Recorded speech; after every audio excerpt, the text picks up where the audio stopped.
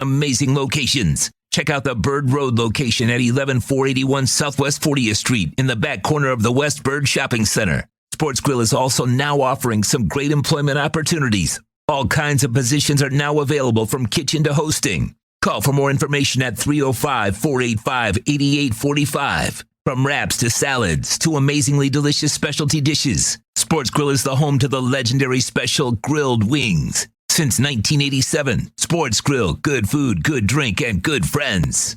It's the Big O Show. You're tuned in to the hottest sports radio. When you need your warehouse looking good while staying efficient, there's only one place to find the finest racks in the business. Pallet Rack City in Hialeah. 305-424-8547. That's 305-424-8547. Pallet Rack City is the company you need when you want your warehouse sporting the finest racks in the business. After all, who doesn't love a great rack?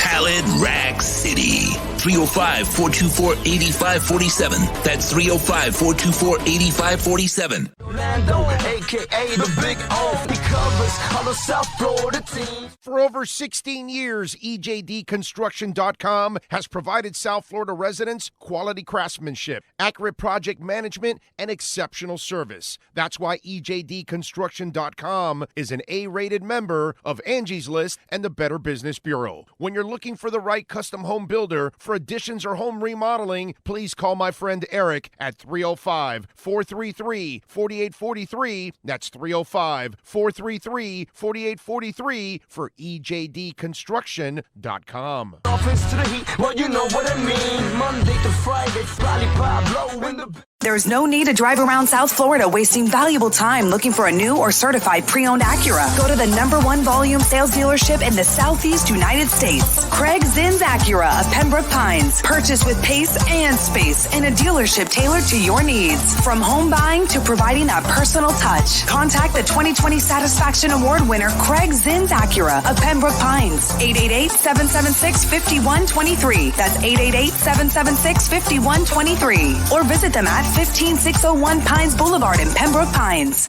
Show O's on the radio, the top's where we gonna go, Miami, that's the way we roll. Folks, you can support the hardest working sports talk show in South Florida through Cash App or Venmo. Just search Cash Big O Show. Support us through Cash App or Venmo. Cash Big O Show. We thank you for your incredible support. On the morning show, Big O, no one has a similar show. Talk sports, talk plays, talk... If you're a Miami sports fan, then there's only one store to go to, and that's Caneswear at Miami Fanwear in Davie. They're your one-stop shop for all your inner Miami CF, Canes, Dolphins, Panthers, and Marlins merchandise. They have hats, t-shirts, game day jerseys, and so much more. Located at 2511 South University Drive in Davie, and open 24/7 online at caneswear.com or innermiamiwear.com. Call them at 954-835-5597. Caneswear, the spot where Inner Miami and all Miami sports fans shop.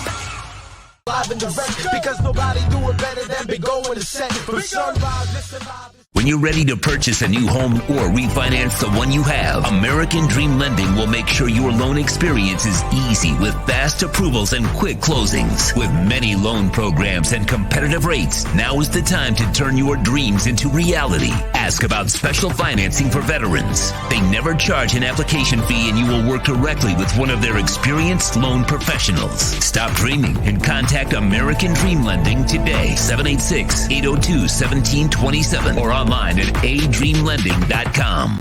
The viewpoint statements or beliefs expressed on the following program by the host, guests, or callers are not necessarily the opinions of FantasyXS.com, Media Group Inc., ownership, management, sponsors, or website.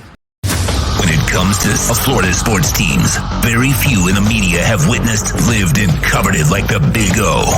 Let's start the program dedicated to your favorite South Florida teams with a passion that's unmatched. The Big O Radio Show is on. Here's the Big O.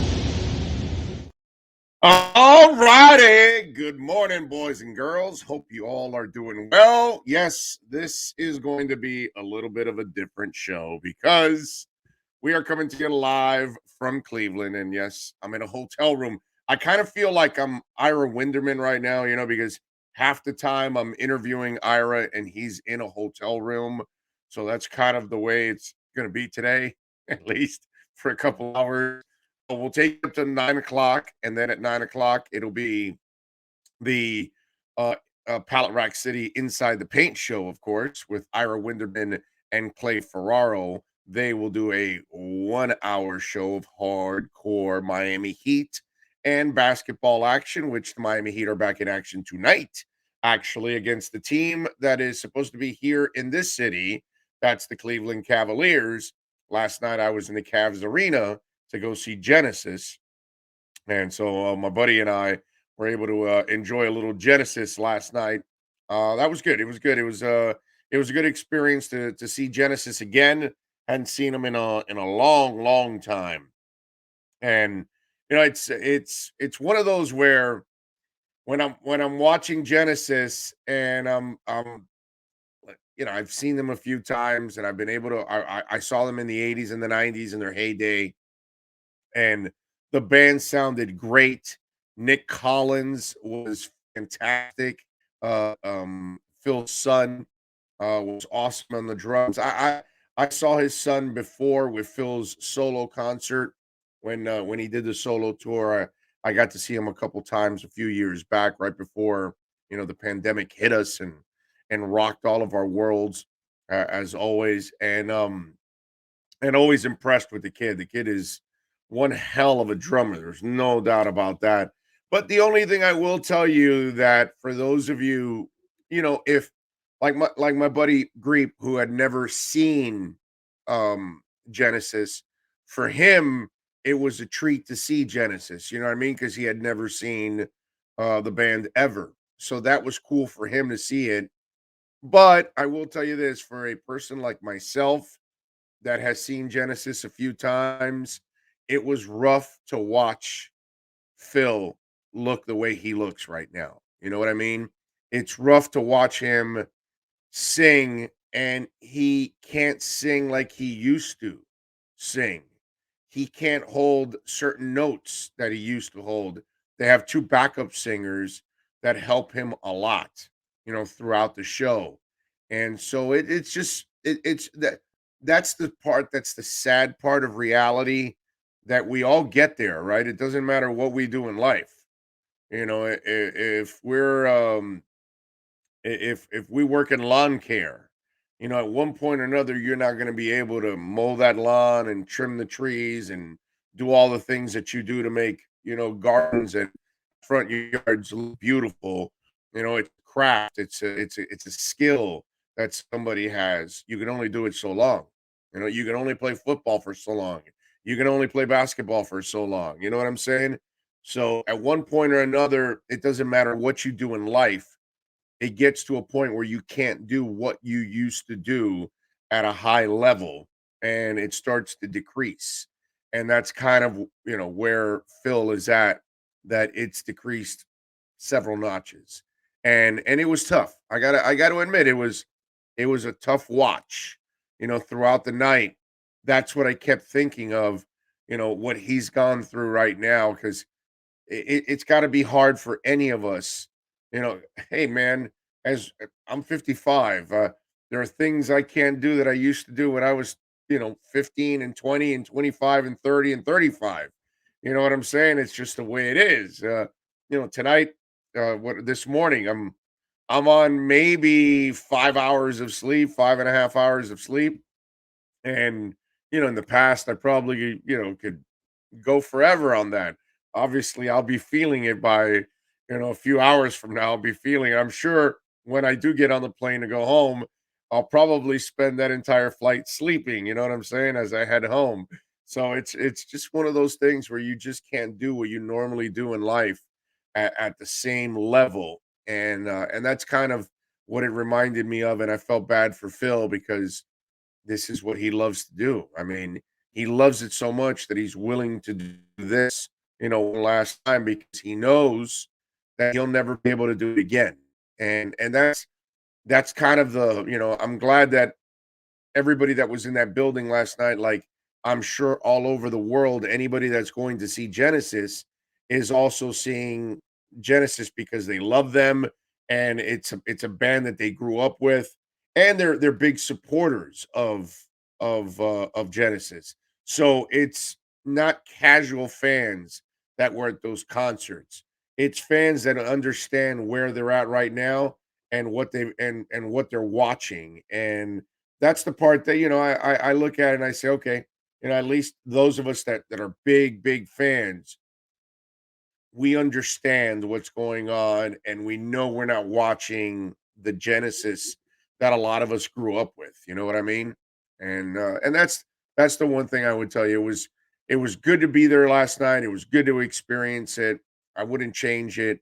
I mean, I've had a great trip so far. I still have the Rock and Roll Hall of Fame, later on this afternoon, and go there for a couple of glorious hours to walk around and check out all the stuff at the Rock and Roll Hall. I've never been there. We went to the NFL Hall of Fame yesterday, and one of our listeners, Dominique, met me out there at the Rock and Roll Hall of Fame. Didn't meet any listeners.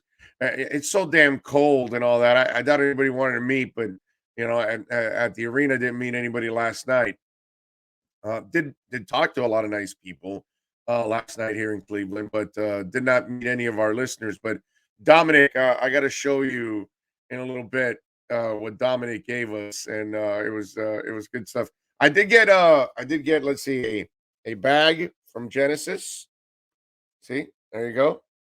It's got a poster. I got a shirt in here too. There's like a commemorative ticket. There's all kinds of stuff in here. It's like a goodie bag for, a VIP goodie bag. It's actually pretty cool. Not the bag itself. That's probably more for my wife or something. It looks like the kind of bag that you would take a bottle of wine to a party. You know what I'm saying? So we've had a great trip so far. It was fun yesterday. If you don't follow me on Twitter, follow me on Twitter at Big O Show. We posted every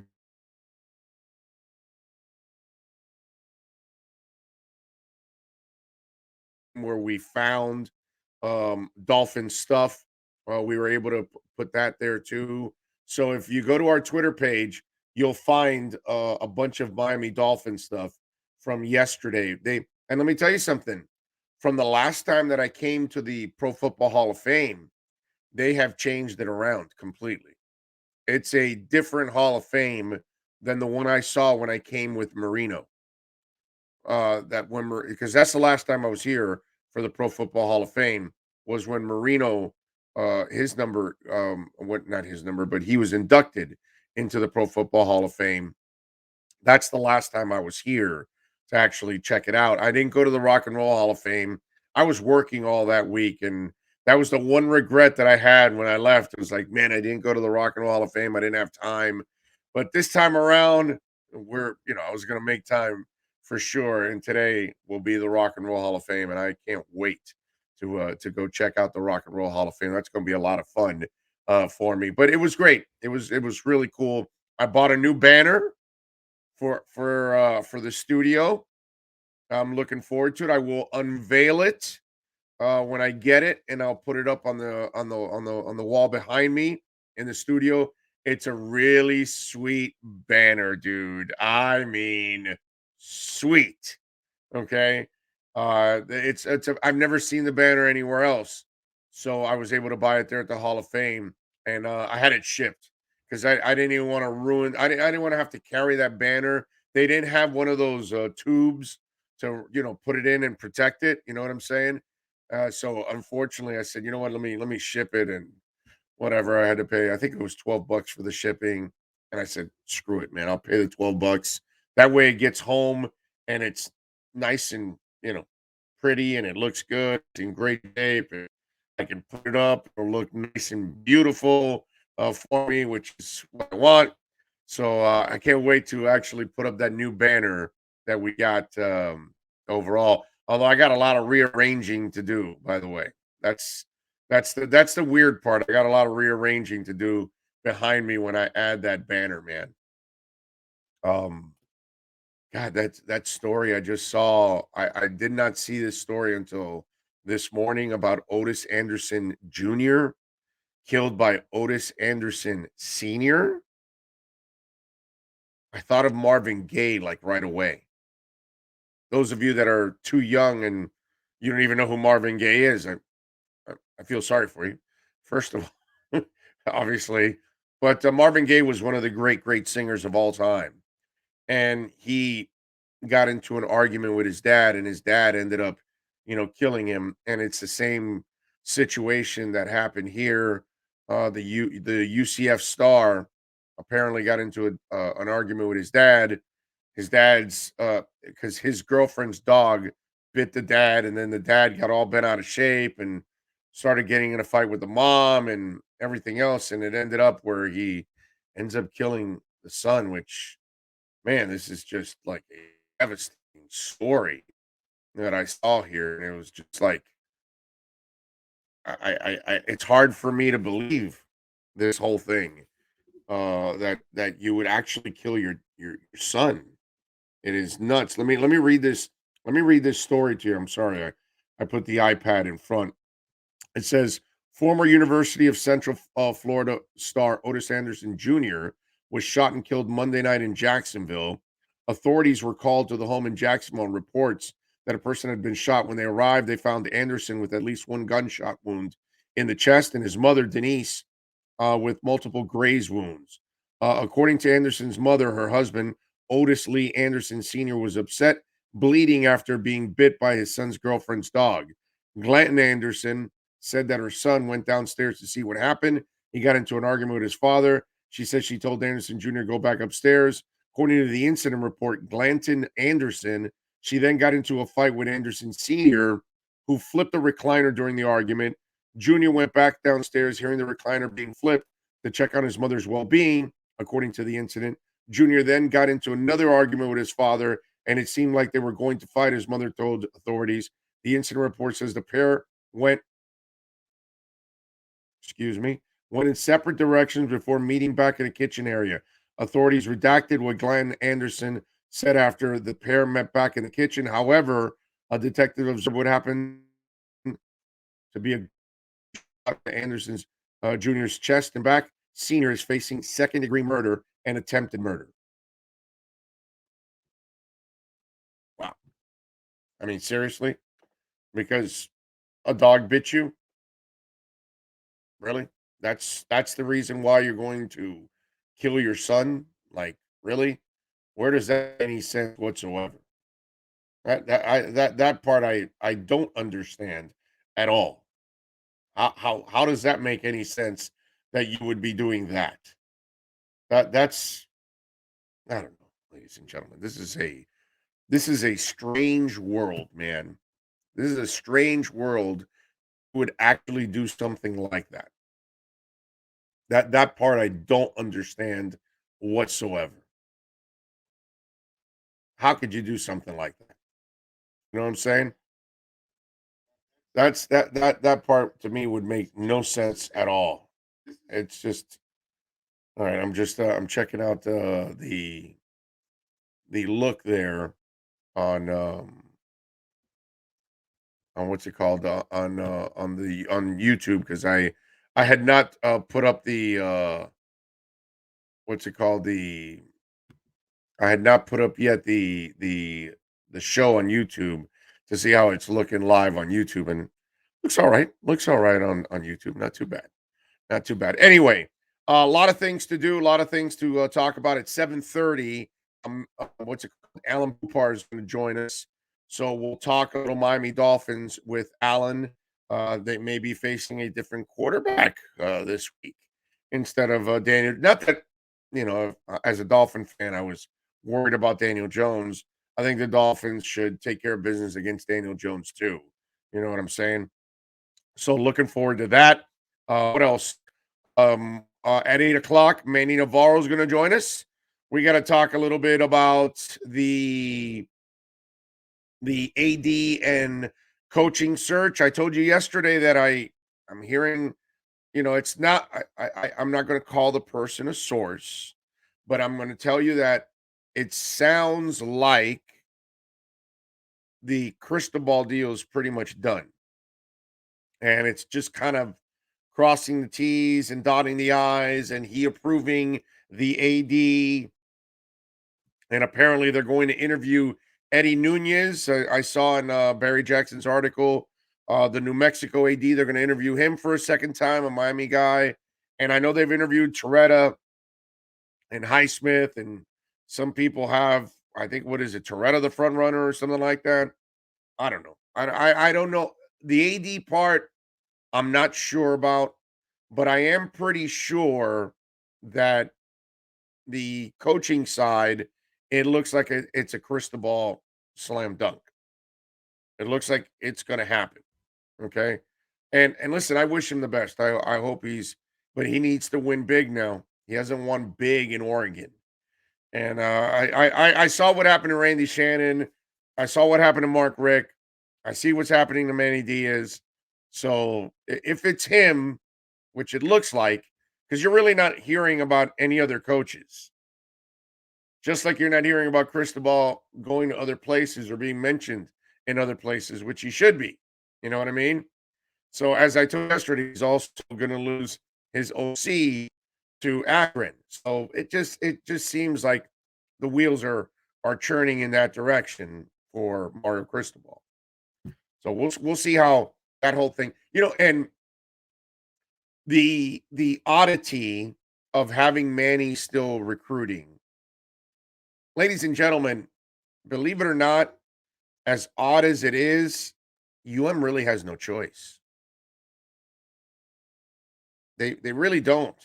I mean, remember, Mario still has the Utah game. So you're dealing with somebody else that still has some responsibilities towards their current employer. So you really can't hurry up that process as much as you would like. The AD, it's great to get the AD in place, but let's be honest. For recruiting and all the other things, it's way more important, actually, to get the coach in place. And then that's the challenge. But you have to also understand that if something happens and they're not and Mario's not happy with the direction that the school is going in, the AD, the numbers, the offer on the table, whatever it is, you got to have a backup plan. And I think that's what Manny is. And so you keep him there because you have him on the track. So you can't do anything about that. You know what I'm saying? You got him under contract. You got to control him. That's how this world is. I had a job at QAM where I knew for 11 months I was getting fired. Like, I knew the guy that took over was going to make changes. And I knew I was going to be one of them. And I kept walking in there every day knowing that I was going to get fired. So if Manny Diaz knows that it's coming, he's getting paid. He's under contract. What's he going to do? Not act professional about it? He's got to go on and do his job. I did my job all the way to the end. And then when I was let go, thank you. Thank you. Appreciate it. You know what I'm saying? You could tell I'm on the road and I couldn't find Fiji. Went to CVS right next door and I could not find Fiji. I had to buy a little smart water. It's weird, right? That you think water is just water, and maybe it is, but I don't know why some water tastes different than others. It just is. There are some bottles that I'm not going to slam any, but there are a couple that I, have no interest in. You know what I'm saying? Anyway, 855-912-1056 is the text line. That's 855-912-1056. If you want to get in on the program, many ways to reach out to the program. Remember, we got also the Twitter line, Big O Show. You can reach out to us on email, Big O Radio Show. That's another way to reach out to us on the program. What else? You can make a donation, Cash App or Venmo, Cash Big O Show. The links are down there if you're listening to the podcast. Cash App or Venmo, Cash Big O Show. We got Sean Stanley, baby, or driving the program, which is a beautiful thing. always love Sean putting it all together. He is up early with us here on this one. I said, Sean, you know, I gotta throw a little bit of a curveball. We got to do a 7 a.m. show. He's like, huh? What? Huh? And you know, there was something about against my religion or something like that. I don't know what it was, but but somehow or another he found a way to, you know, join us. So he's rock and rolling. He's ready to go. It's a beautiful thing. But anyway, so we got a couple guests coming up at 7:30. We will talk to Alan Poupart and we'll talk a little Miami Dolphins. Congratulations to the Panthers last night. 4 goals in the third period, and the boys somehow or another come back against the Capitals and win 5-4. Ekblad had 3 assists. Hubie had 3 assists in the game. Bob with 23 saves. They got Buffalo on Thursday. I didn't watch the game. I saw the highlights, but I didn't watch the game, unfortunately, because, again, I was at a concert. I was at the Genesis concert, and I'm on the road, so it's a whole different ball game for me. So maybe at home I would have, you know, sat there and be able to speed through everything and all that, but last night was a little late and had to get ready for this, so I could not watch the game, but I saw the highlights, and I'm watching. You know, I checked my phone while I'm at the concert, and I'm looking at the score, and I'm like, oh man, they're going to lose 2 out of the 3. You know, out of the last 3 games to the Capitals, because obviously they lost to the Capitals couple nights ago. Then they lost to the Kraken, and now they're going to lose to the Capitals again. And I'm like, oh damn, dude. And then that third period started happening, and one goal after another. And the fourth goal was with like 15 seconds left in the period, which was amazing. And to see that score, it was like, wow, holy crap. One hell of a comeback. Remember, it was what, 2 years ago that they had those comebacks, and they were like 4-goal comebacks in 2 different games. It wasn't last year, right? It was the year before, if I remember correctly. And you were like, we were like, wow, the comeback cats, you know, all that stuff. And it was pretty impressive that they were able to actually even do that, you know, that they were able to come back and get it done. And last night to have that kind of a comeback, that shows. I mean, I know that sometimes, in a way, the casual fan that doesn't follow this a lot, because I hear it from some where they say, "Well, you know, it's I wish they could last longer in the playoffs," and it's like, well, that's a little unfair. Last year, they faced the Lightning. They faced the best team in the planet. You know, outside of Carolina, nobody played them tougher in the playoffs. All the way to the Stanley Cup. It was Carolina and then Florida. And that's what the average fan doesn't talk about. And if the Panthers didn't face Tampa, but they faced someone else, they might have won a round or two. And this year, they are primed. If they continue to get the kind of goalie play that they've gotten overall throughout this year, they've got a legitimate shot at going after Tampa now. You know, the one thing that I'm hoping for is that there is what's it called? No Tampa Florida matchup in the first round. That's really the key. Hopefully they can start with somebody else and then you work your way back to, you know, the Tampa game. And then you take care of the Tampa game. Although I think this is a team that's primed and ready to go and ready to get after Tampa. That's that it seems to me now like we've got the team that has the kind of confidence that it can go after Tampa and win. You know what I'm saying? Which is, I think, what we're going to end up seeing, you know, overall. So we'll see what ends up happening with the boys. But man, one hell of a win. Thursday they got Buffalo, so that'll be tomorrow at 7 o'clock at the Florida Live Arena. So we'll see if they can continue to take advantage. I mean, listen, they are 15-4-3. Hard to complain about that. You know what I mean? 15-4-3 is one dominant mark in hockey right now. So You got to be proud of the way the Cats are right now. They are ready and primed to actually take advantage of this situation. All right, let's do this. Let's take a quick break. Let's get ready for Alan Poupar. When we come back, we will talk a little Miami Dolphins. Dolphins are getting ready to take on the Giants at Hard Rock Stadium. Remember, Sean and myself, we're going to be at Sports Grill like we are now every week. Sports Grill in Bird Road. That is the lucky spot. Since we moved over to Bird Road, we are 4-0.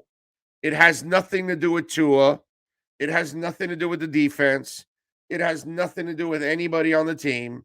All right? It has nothing to do with anything except Sports Grill. So, we encourage you. We implore you. All right? Come on down. Join us at Bird Road and 114th Sports Grill. Our broadcast, our pregame show starts off at 11 a.m. We got the postgame going on with hopefully a happy Flo, a happy Tua, and a happy Dolphin Nation, which I'm sure we're going to be happy at the end of that game. So come on out and join us at Sports Grill. Great food. Got a lot of fun going on. So please come on out. And remember, Friday, we got two shows. We're gonna have a shorter show in the morning, but then we're gonna have our show in the evening also, because it's going to be the Larry Little Hall of Famers night, and I'll be emceeing and hosting. So it'll be kind of a mixture. Okay, I'll be addressing the room, running all that stuff, and then at the same time, we'll come to the podium. We'll do our thing, and then we'll go to the table and we'll do some interviews. You know, hopefully we'll track down Mark Clayton and Larry Little and all kinds of, different Dolphins that are going to be there at that event on Friday night. So, and you will be able to see it, to hear it, to check out the interviews. It'll all be exclusive. Nobody else is carrying it. Only the Big O radio show YouTube channel is the only thing that's going to be carrying this awesome event. So we're going to have some fun on Friday night. So please join us. All right, let's take a really quick break here. Give us a couple minutes, and we will have Alan Poupar with our Sports Grill Miami Dolphins Insider Report. That's next. For over 25 years, South Floridians have counted on Tommy B. Butts Jr. Enterprises for their roofing needs. In South Florida, we battle the sweltering heat, rain, winds, and all kinds of tropical storms. That's why when it comes to protecting your family, home, or business, call Tommy B. Butts Jr. Enterprises.com. 954-735-9826 or 954-394-1411 and ask to speak to Tommy, the owner. They specialize in all kinds of roofs. All work fully guaranteed with the customer's complete satisfaction. A+ rated member of the Better Business Bureau. Licensed and insured. There's no buts about it. When your roof needs repair or replacement, go to TommyBButtsJrEnterprises.com. A certified white green contractor. This is the Big O Show. Sports fans love a place with great food, cold drinks, and TVs everywhere. That's why sports fans love Sports Grill and their 7 amazing locations. Check out the Bird Road location at 11481 Southwest 40th Street in the back corner of the West Bird Shopping Center. Sports Grill is also now offering some great employment opportunities. All kinds of positions are now available from kitchen to hosting. Call for more information at 305-485-8845. From wraps to salads to amazingly delicious specialty dishes, Sports Grill is the home to the legendary special grilled wings. Since 1987, Sports Grill, good food, good drink, and good friends. The viewpoint statements or beliefs expressed on the following program by the host, guests, or callers are not necessarily the opinions of FantasyXS.com, Media Group Inc., ownership, management, sponsors, or website. Let's get ready to talk Dolphins football. It's the Sports Grill Miami Dolphins Report with Sports Illustrated's Alan Poupar. With locations throughout South Florida, Sports Grill is the home of the special grilled wings. Check out our sponsored locations in Miami on Bird Road and 114th and in Miami Lakes in the Royal Oaks Plaza. Here's Miami Dolphins insider Alan Poupar. is Alan Poupart ready to go. You're already in the car and everything. Look at you, man. You're already on the go. You are impressive. How you feeling this morning? I'm doing great. Just dropped off kid one of two. And then in about an hour and a half, we'll be dropping off kid two of two. Okay, nice. There you go. Very active. Decent night last night at Genesis, by the way. It was the band sounded so good. Nick Collins is just an animal in the drums. It was the only thing is it's hard watching Phil, man. Phil can't it's he can't do all the things he used to do, man. And he can't hold the same notes, and he's got two singers behind him kind of helping him along the way. That's the only thing that kind of, for those of us that have seen them, you know what I'm saying? And seen them in their heyday, and you know how electrifying Collins was on stage, not just as a musician, but a singer. And that's the only thing, my brother. It's hard to watch him, because he's kind of deteriorating. You know what I mean? But it was cool to see it one last time at least. And that's was one of my favorite bands growing up. And then I go back to the Peter Gabriel days also, predating Collins as the lead singer. But yeah, no, it's a great band. Yeah, man, it was good. They had a great set list. It was fun. And now tonight, this afternoon I go to the Rock and Roll Hall of Fame. Did the NFL Hall of Fame yesterday, which was actually really cool, and had a listener stop over and meet me at the Hall of Fame and gave us some gifts actually. Nice. So it was really really cool. Dominic, I got to show you want to know how? Let me show you the sense of humor that Dominic has. Okay. Hold on. Let me get this thing here because I think it's incredibly important that let me put my headphones down.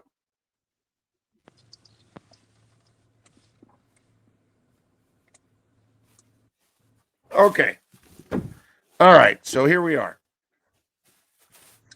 So Dominic shows up, meets us at the Hall of Fame. So he brought me a bag of goodies, which, by the way, I'm taking to Bird Road.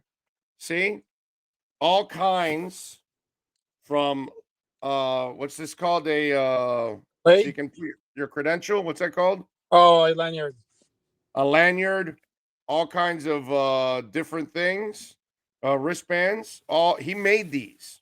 Nice. And brought them to me. So I'm going to give some of these out on Sunday at Sports Grill. And so then he also brought me a special present because he knows that I'm a huge fan and a huge believer of the kid. So he goes, I might as well bring you this. Okay.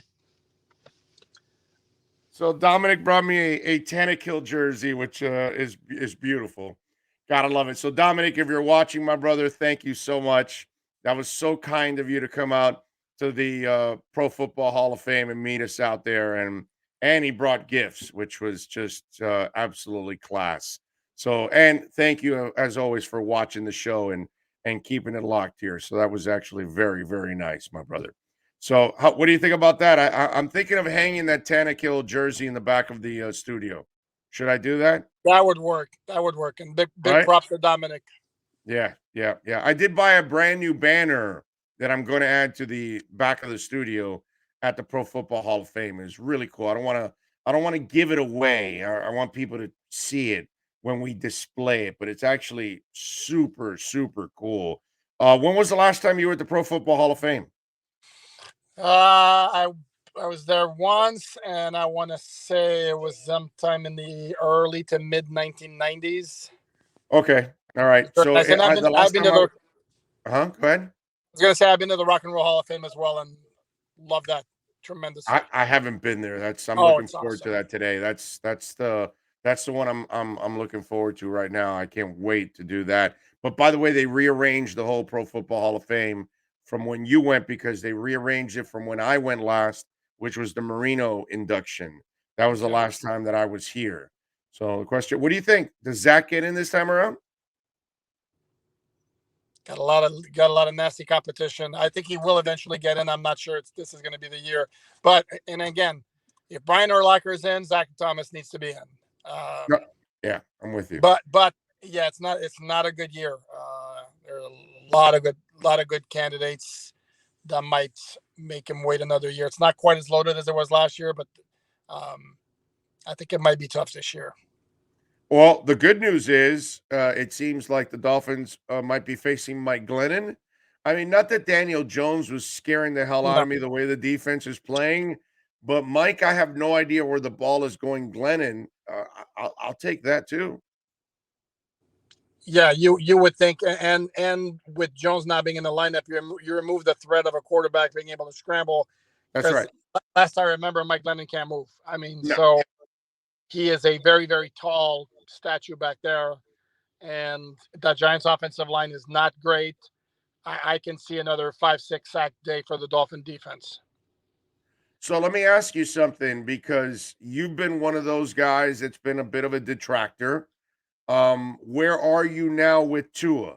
Are you believing more that he can be that guy that you can build around and have success? Or are you still concerned that physically he doesn't have enough of the tools to succeed? Well, detractor, and I'm not sure detractor is the right word, but skeptic, I think I like skeptic. Okay, skeptic. Better. Okay. Here's what I've said about Tua is I have no doubt, and I've said this all along, that he can be a successful NFL quarterback, and he can be highly efficient, which is what we're seeing right now. Yeah. I mean, he is, as I've said, he's a point guard who's distributing the ball very, very well these days. I mean, he's being highly efficient. I'm not sure he's got the physical tools to become like a top 5 quarterback in the NFL, but you can win with Tua. The question is, how big can you win? And again, right now we're back to the formula of 2020, which is the defense is absolutely kicking ass. Now the special teams is coming off a big game where they produced that one monster play, and the offense needs to produce to a certain degree, but it's not, the Dolphins are not a team where the offense needs to carry the team for them to win. And I think that formula is going to stay the same. And the way things are operating right now, I mean, right now they look like a team that just about can beat just about anybody left on their schedule. It should the criticism of Chris Greer subside now overall, because it looks like most of the players are developing outside of Hunter and Noah, because they don't play. Unfortunately, they got people in front of them, and really it's only the O-line. So, a lot of people wanted Greer and company fired in the front office. Should those people be backtracking now? Well, no question. I mean, you look at the top 3 guys they picked in 2021, and they nailed every single one of those guys. I mean, Jalen Waddle's the best offensive player on the team. Jalen Phillips is really coming on like crazy lately, and Javon Holland is a star at safety. And I'm like racking my brains to come up with the last playmaking safety of this type the Dolphins had. And I'm not sure I can find one. Rashad Jones made a lot of plays in the secondary. I'm not even sure Rashad Jones' ball instincts were as good as Holland's. I mean, that kid's got star written all over him. Yeah, no. Holland is a superior cover player over Rashad Jones every day of the week and twice on Sundays. Rashad Jones could never, ever play the nickel, where this kid, if you needed him, could actually play the nickel. He's a superior cover player over Rashad Jones. I would definitely go that far. I think the more impressive part that people don't talk about is your coach has an issue with a Pro Bowl caliber safety, and you're forced to trade him. And then the front office says, "All right, we'll go out and find another one." That's pretty awesome, okay? Because you think about it, the Dolphins have drafted 2 of the best safeties in the NFL in the last 5 years, young safeties in the NFL right now. Because I'm sure Minka and Javon are going to be considered 2 of the top young safeties right now in the NFL. Oh, no question. I'll tell you something else about Holland, and I know you've bemoaned the loss of Jakeem Grant. I'm going to tell you, I like Holland a lot more as a punt returner than you do, and don't be surprised if he breaks one at some point. I think that guy's a really, really good punt returner, and I think that's going to happen at some point. So no, but there's absolutely no question with those 3 picks. The 2020 class, again, Tua developing and playing really well right now is making it look better, but I mean, they're still hard to defend the picks of Austin Jackson and Noah Benogany, if we're going to be honest about it. Well, but Noah doesn't play, so we really don't know until, I do understand why they did the Noah pick because of what happened with X that same offseason. So there is a method behind the madness, even though it doesn't look good right now. You know what I'm saying? But if you start to Tua's in that draft class, that's a pretty good pick, right? Isn't that considered a pretty decent pick overall? No, that's what I said is that the way he's playing right now, that's making that draft class look better. And to me, the fact that Noah's not playing is not a defense for the pick, because it's his second year in the NFL. He should be playing at the very least as the 3rd or 4th corner, and he's not even that. I know, but we still have to look that in that draft, Raekwon Davis is playing. Robert Hunt.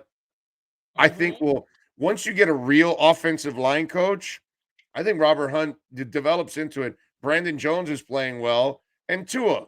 So, I mean, and Austin maybe finds a home at guard, but if Tua turns out to be a good player, and Robert Hunt turns out to be a good player, and Raekwon Davis turns out to be a good player, and Brandon Jones turns out to be a good player, can I be honest? I don't give a shit what Austin Jackson does. Okay. No. If you nail Tua, your quarterback, you nail Raekwon Davis, Brandon Jones, and Robert Hunt, you had a hell of a draft already. That's it. If Austin Jackson turns out and Noah, it doesn't become a good draft. It becomes a great, great draft for this team. So let's not look at that entire draft and say, let's leave it all on Noah and Iggy. There's 4 other players that are actually performing for this team from that draft. No, I agree with you on that, but I'm just saying that if we're gonna analyze the good and the bad, that's part of the bad. And I would say that if Tua becomes like a stud at quarterback and continues to take his game up, another level, I'm not sure it matters if you nail the quarterback with the 5th overall pick in the draft. That's a good draft, regardless of what happens the rest of the way. That's actually an even better point on your part. If you nail Tua, I don't care about all the other picks, because you got your quarterback that you haven't been able to get since Marino. So you're right about that. But what I'm saying is, while we're waiting for Austin, while we're waiting for Noah, let's not forget Tua, Robert Hunt, Brandon Jones, and Raekwon Davis are from that same draft, and they're all performing. So, you start to look at it, and the year before, Christian Wilkins has turned into a good player. Andrew Van Ginkel's turned into a good player overall. Myles Gaskin is a terrific pick for a 7th rounder. And then all you're really waiting for out of that draft is Dieter. Dieter showed you some flashes, hopefully. And speaking of Dieter, my brother, because of the bad snaps, the injury, you kind of get a feel that you're going to see him this week. Hello, Sasan. Huh? Do you feel like you're going to see him this week, Dieter, because of the bad snaps and the injury? Because he did practice last week. You almost get a feeling like you really need to see him this. You don't hear me? Is he having trouble?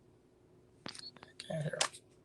I know, but the best part is he put on his glasses so he could try to hear. Yeah, well, he's saying he lost.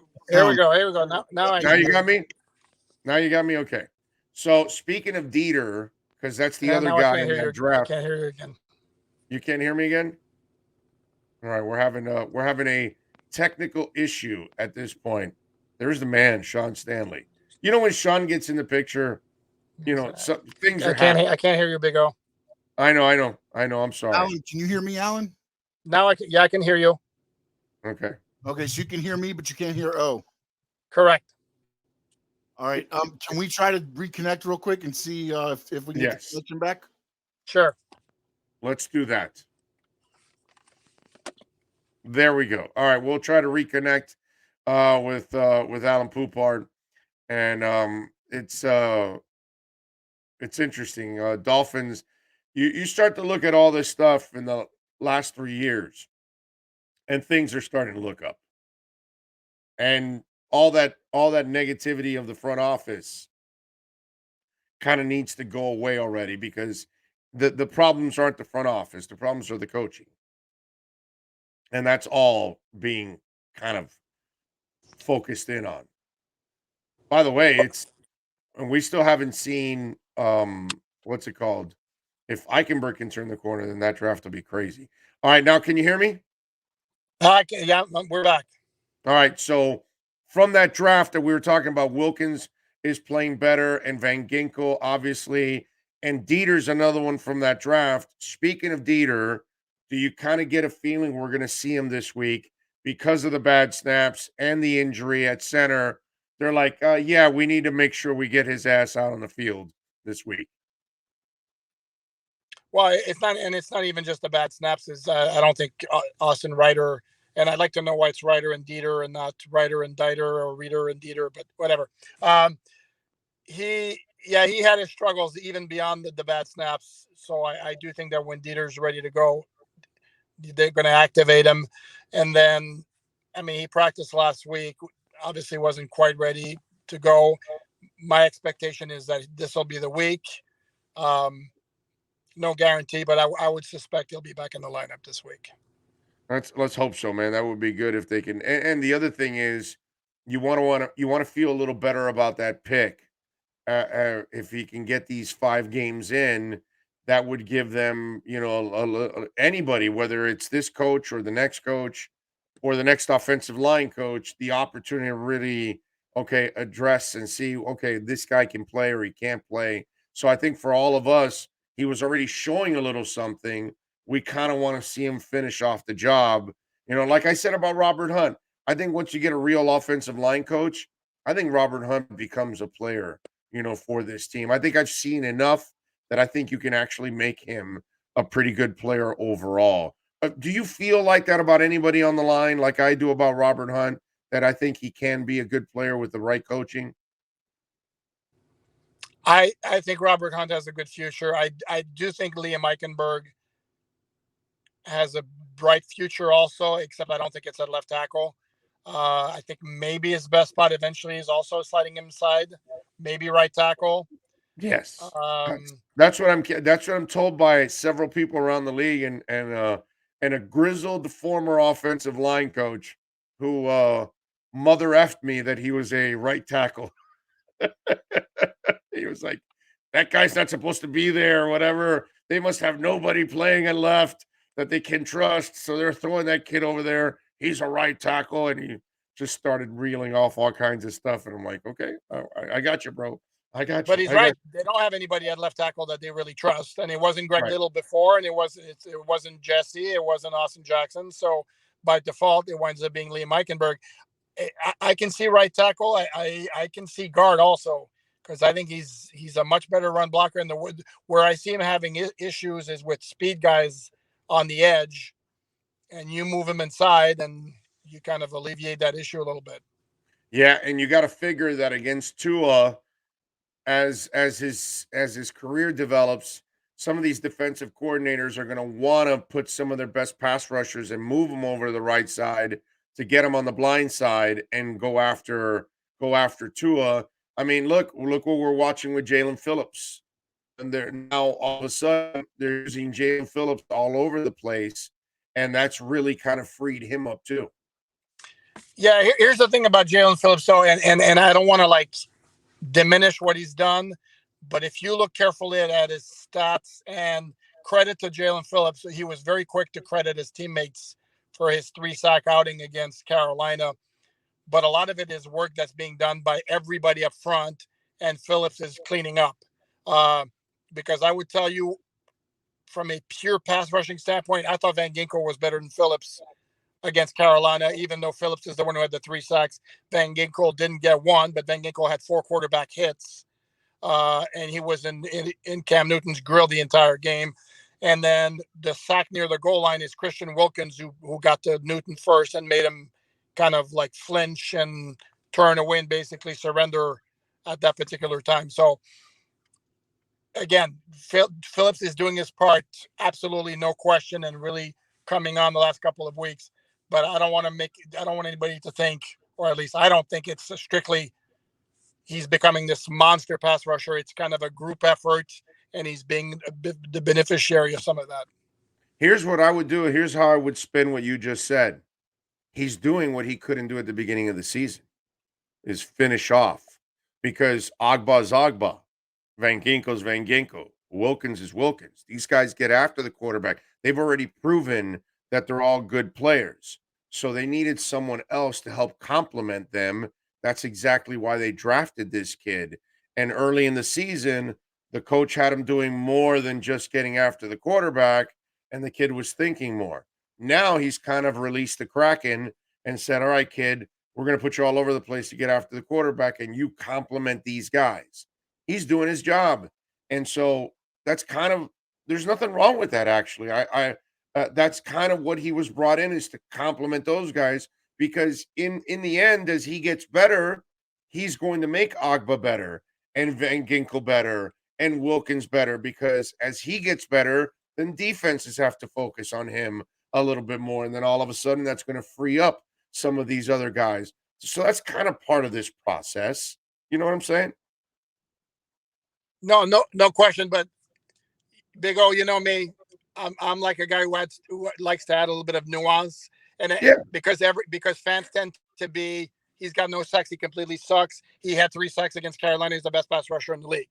Where I kind of go, let's go like somewhere in the middle, where he wasn't a bust before, and now he's not all of a sudden Reggie White because he had 3 sacks against Carolina. The other thing also is, I don't know about you, but I kind of like the fact that I'm not seeing Jalen Phillips in coverage anymore, or at least very little. And I think that was overdue, because that guy was brought in, for me at least, to rush the passer. Let him rush the passer. No, I'm with you, dude. But the genius, it's hard to argue with the genius that is Flo. So, what can I tell you, my brother? I mean, he is the king of challenges.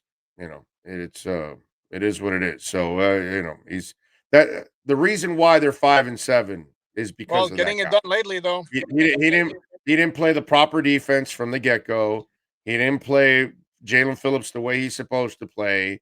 He didn't play Tua, go back to Tua when he should have, and stuck with, Jabroni Brissett. There have been there's all kinds of reasons why, for me, Flo is just not the guy, dude. He's part of the reason, or maybe the main reason, why you're 5-7 right now, is because some of the decisions, he had the 3 stooges on offense, deciding a play every 40 seconds. Just things that he did this year. I think he was his own worst enemy in setting the team back in many different ways throughout the season. And he's still doing it to a certain extent. Mac Hollins is not playing. You're still going to play Albert. I'll run 3 yards behind so I can lose the first down and kill your drive, Wilson. I mean, these are things that still go on with this guy that, to me, it's baffling, why, I don't know, just Flo is. But if you're gonna rip him for the team being 5-7 overall, if we're going to be fair about it, does he not deserve credit for the team having won 4 in a row? Obviously, he's done some things right. And last year they were 10-6 last I checked, and I'm not sure their roster equated to 10-6. So this notion that Flo can't coach, I'm sorry, I'm not on board with that at all. Has he made mistakes? Sure. Let's also understand that early in the season, you were looking at guys, for example, Javon Holland was a rookie who obviously I think is better now than he was in week 1, which is only normal. Same with Jalen Phillips. Obviously, the usage of both of those players is different now than it was before, and that's made it different.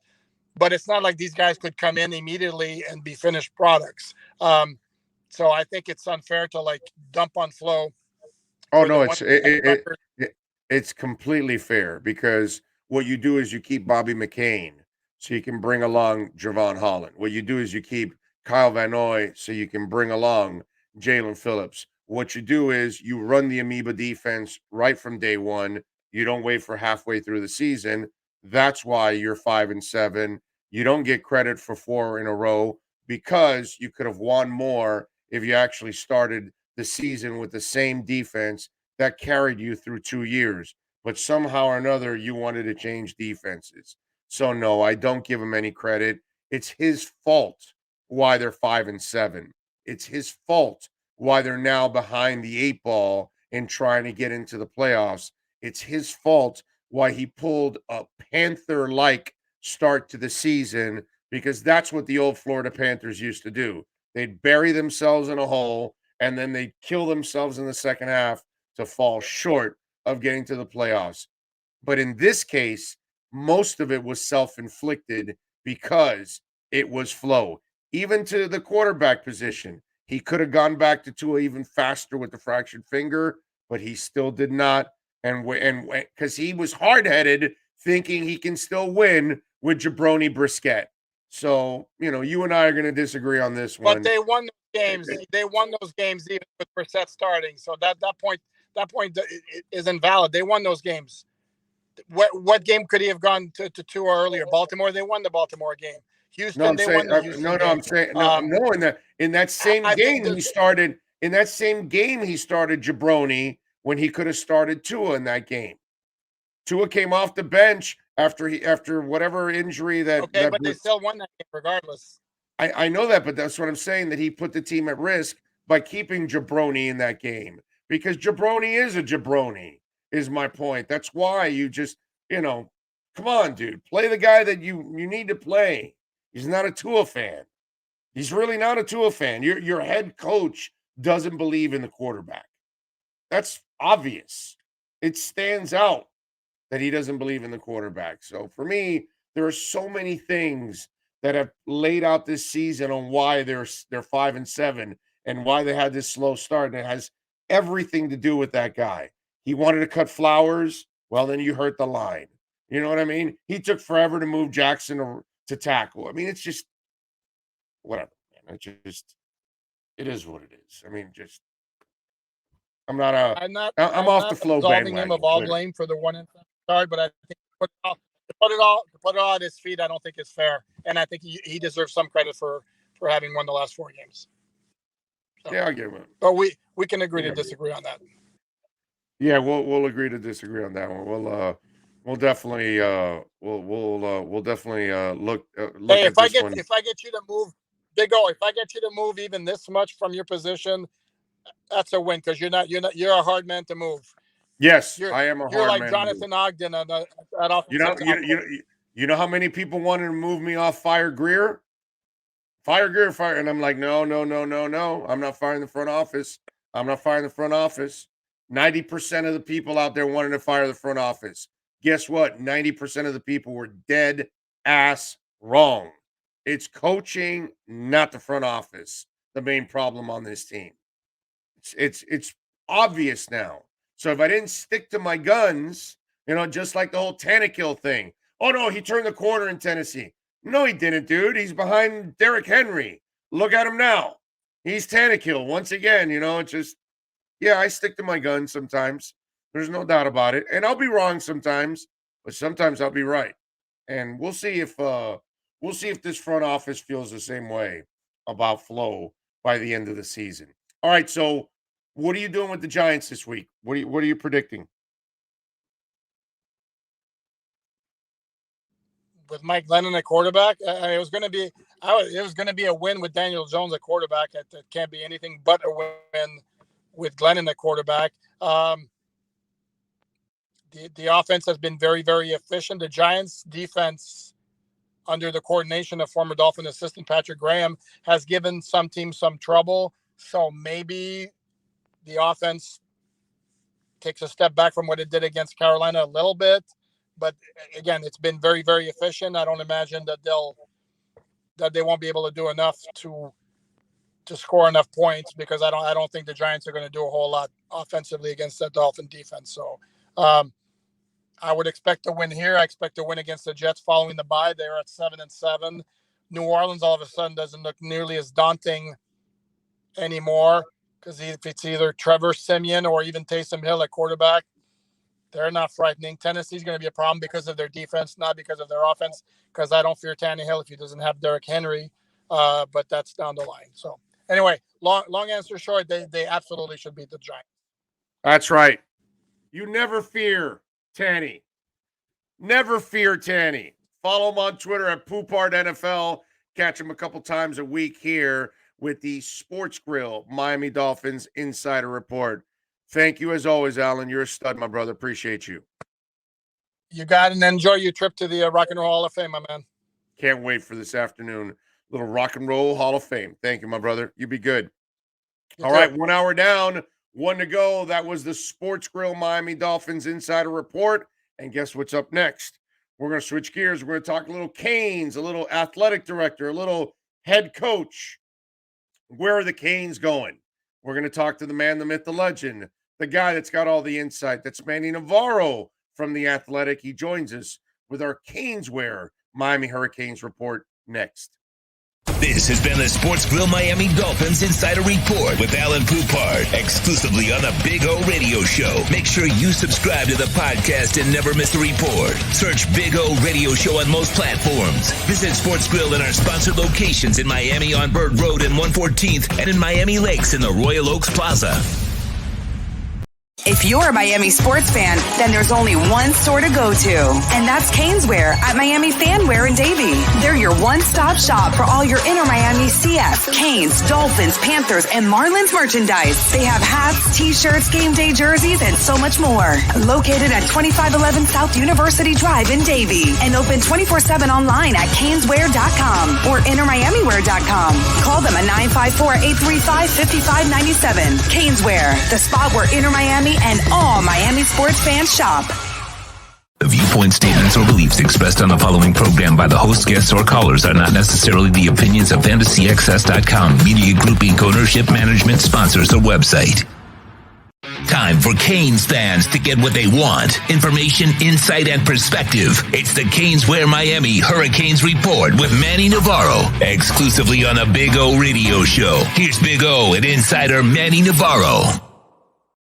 Yes, there he is, the man, the myth, the legend that is Manny Navarro, keeping up with all the craziness that is going on with the University of Miami, deciding what AD they're going to hire, deciding what head coach they're going to hire. Manny, hearing all kinds of stuff. The Mario Cristobal thing seems like it's gaining steam because we're not hearing any other names, really, to be honest with you. But the athletic director, we're still hearing other names like the New Mexico AD that's getting a second interview now. First of all, walk us through what's going on with the AD, the search, and the timeline behind the AD search. Yeah, there's so much noise coming out. It's really hard to decipher, right? What's the truth and what isn't the truth. And I can tell you that I have had a direct pipeline, to the people actually involved in the search process since November 2nd. So I can say that I feel like I'm getting real answers when I ask questions. So I may not be the first to throw out a name, but when I get a name and am able to say things like Eddie Nunez being a strong candidate, I really believe it. So I can say as far as the timeline is concerned, what I learned yesterday was, that they may not make these announcements concurrently. In other words, I think while the aim was to try to have the AD and next head coach in place at the same time, it may not work out that way just because of timing and the process. So I know that they're still interviewing AD candidates today. I was able to confirm that. Beyond today, I don't know that it'll go much longer. We'll see once, they make a final decision or ready to announce a final decision on the AD. But I think Eddie Nunez is a very good bet. I know that others have been interviewed, Gino Torretta, Alonzo Highsmith. I know there's been other names out there, Tom Jurich, which I think was basically dismissed after my conversation with people in the administration. So we'll see who the person ends up being. But I know there's a lot of people who are thinking it's going to be Eddie Nunez and potentially an Alonzo Highsmith in a football type role, where he's in charge of the football program. I ultimately don't know that to be the case. I think it's just speculation right now.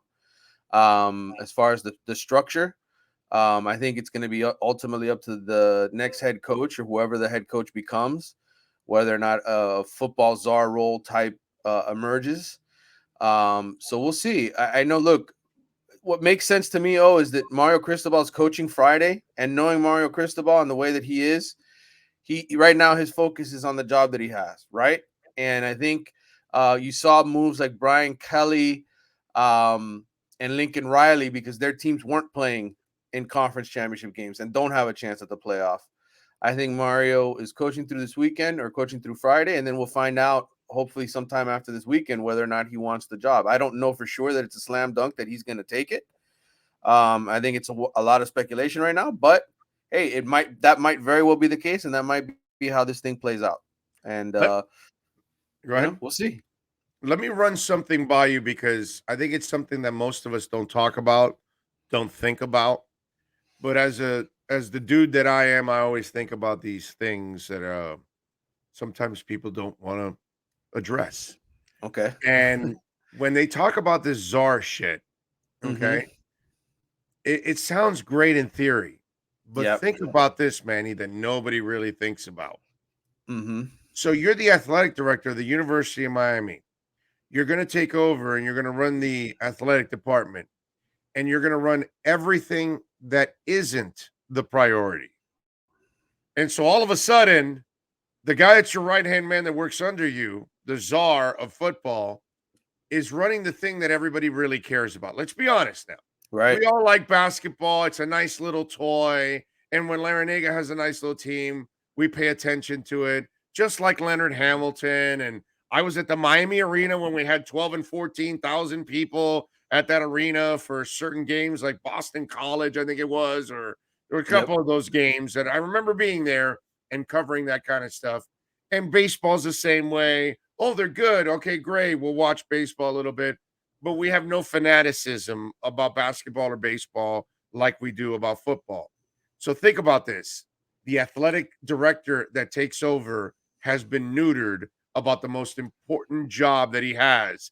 So he or she that gets that job is really never going to be given credit for being a good athletic director. Well, hey, the volleyball team's doing good. Well, we don't care about volleyball. Hey, the golf team's we don't care about the golf. Hey, crew's doing great. We don't care about crew. Oh, the football team's doing great. Oh, the football czar is doing great. That's a really difficult dynamic. And then if you're the president, are you hiring an AD and going, well, we're hiring you, but you don't need to make any of the football decisions. So your job's a lot easier. So we don't have to pay you nearly as much as another AD because you're not handling football. That becomes a mess, Manny.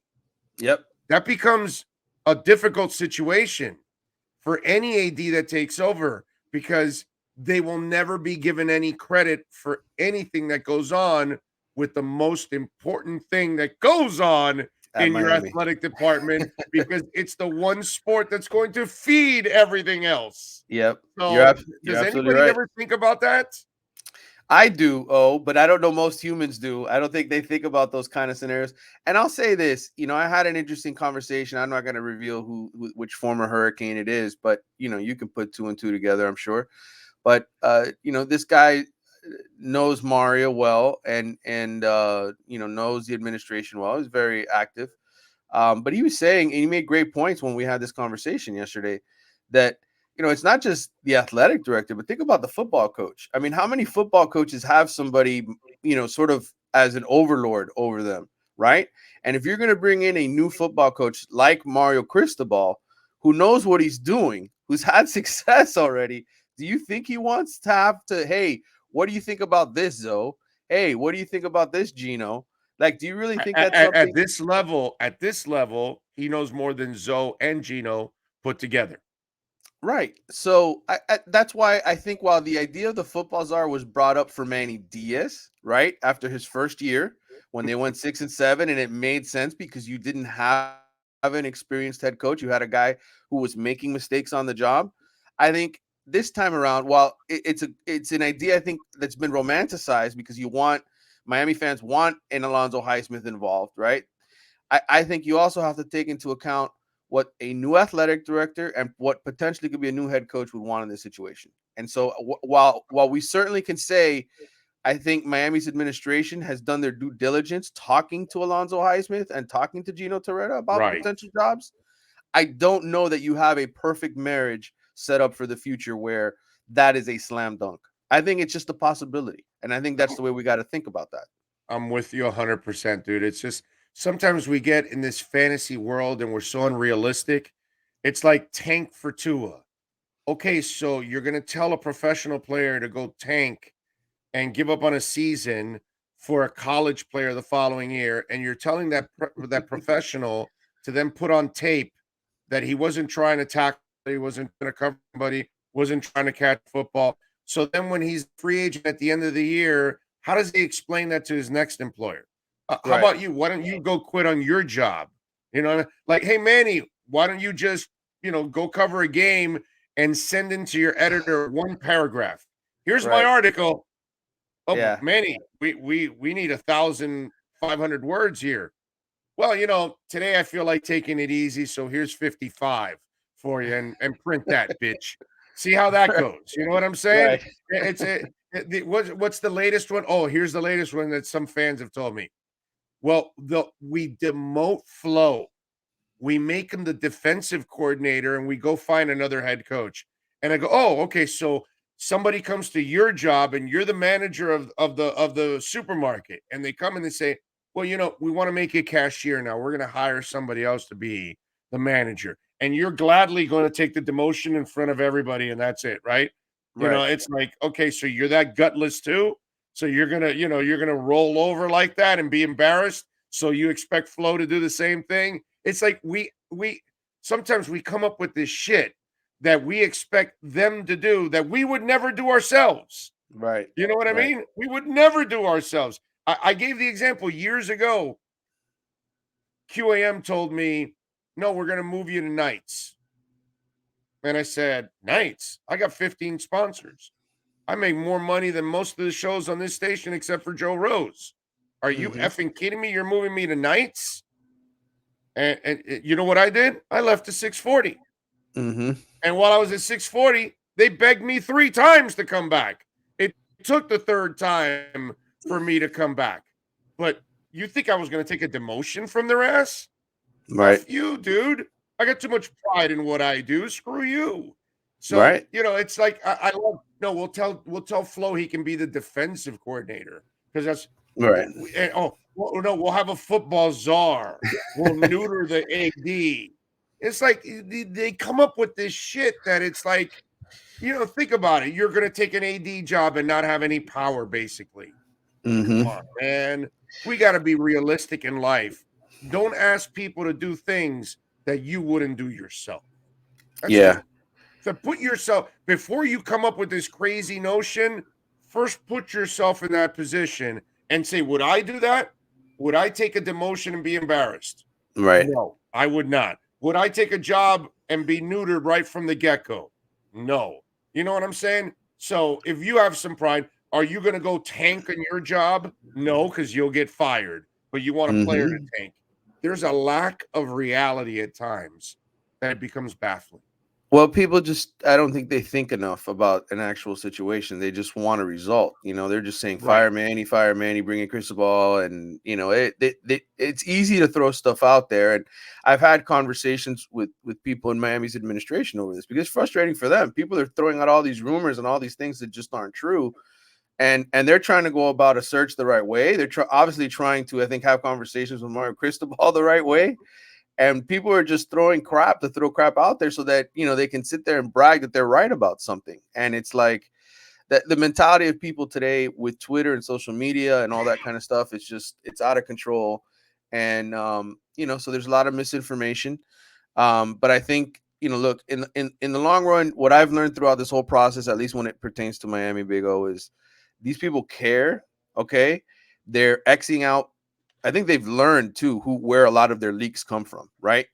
throughout this whole process because they're seeing when people that are involved, people outside of the specific administration are involved, they're seeing who's saying what to who.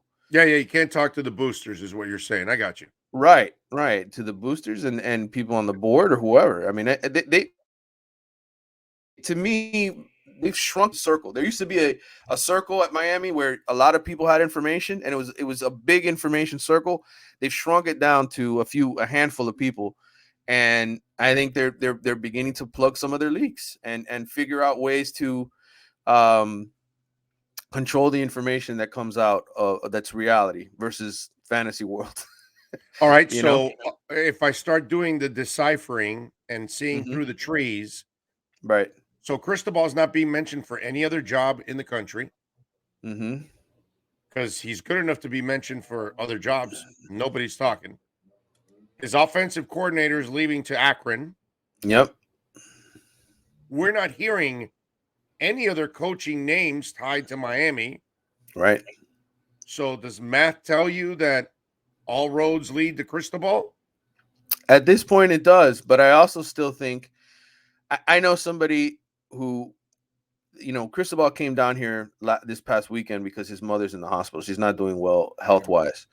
And there's another person who I know whose mother was also in the hospital at the same time. And they happened to have a conversation while Mario was here. And they didn't bring up specifically the University of Miami, but this person knows Mario really well from over the years and basically told me, look, I think Mario's so focused right now on what's happening with his mother's health, with Oregon, coaching this game, this Pac-12 championship game, that if he is thinking about coming to Miami, I don't think he's making that decision until after the game, And while his agent could be negotiating behind the scenes and talking to Miami about certain things, right, he's in another world right now. So that's why I think this has been delayed so long. Like people are like, why isn't this happening faster? Well, I think they've got the guy in mind of who they want, and they're giving him time to resolve whatever issues. And in the end, he may turn around and say no, which is why Manny Diaz has not been fired. Which, by the way, I think is, some may think it's weird, but because he's the backup plan, it's really smart on their part. They have no choice where they're at right now. And look, we have to, this is a message to the Canes Nation. You're not a national championship contender, so relax. You're not trying to save a national championship season in 2022. Relax, dude. They haven't had a coach in so long, well over 20 years now, that they haven't had the kind of coach that you really can feel good about. So if Cristobal's the guy and he still has the Utah game, he still has things that he has to take care of, chill out, dude. Okay? If you lose a recruit or two, if the recruiting year this year isn't that great, whatever, you got a transfer portal, you got ways to make up. He's probably got guys that are committed to Oregon that he can move them on over. So if the Panay Sewells and the Javon Hollands of the world want to come on over and transfer, just like Lincoln Riley's going to do with Oklahoma to USC, chill out, dude. The idea is to get the right coach see, here's the thing about all of this. And I said this before. Lane Kiffin's a gypsy. While I love his offensive mind over Mario, I will admit that, okay? And I'll tell Mario straight up to his face if he ever asks me that question. Did you ever say that? And I'll say, how's the yeah? Okay? I like his offensive mind over yours, Mario, okay?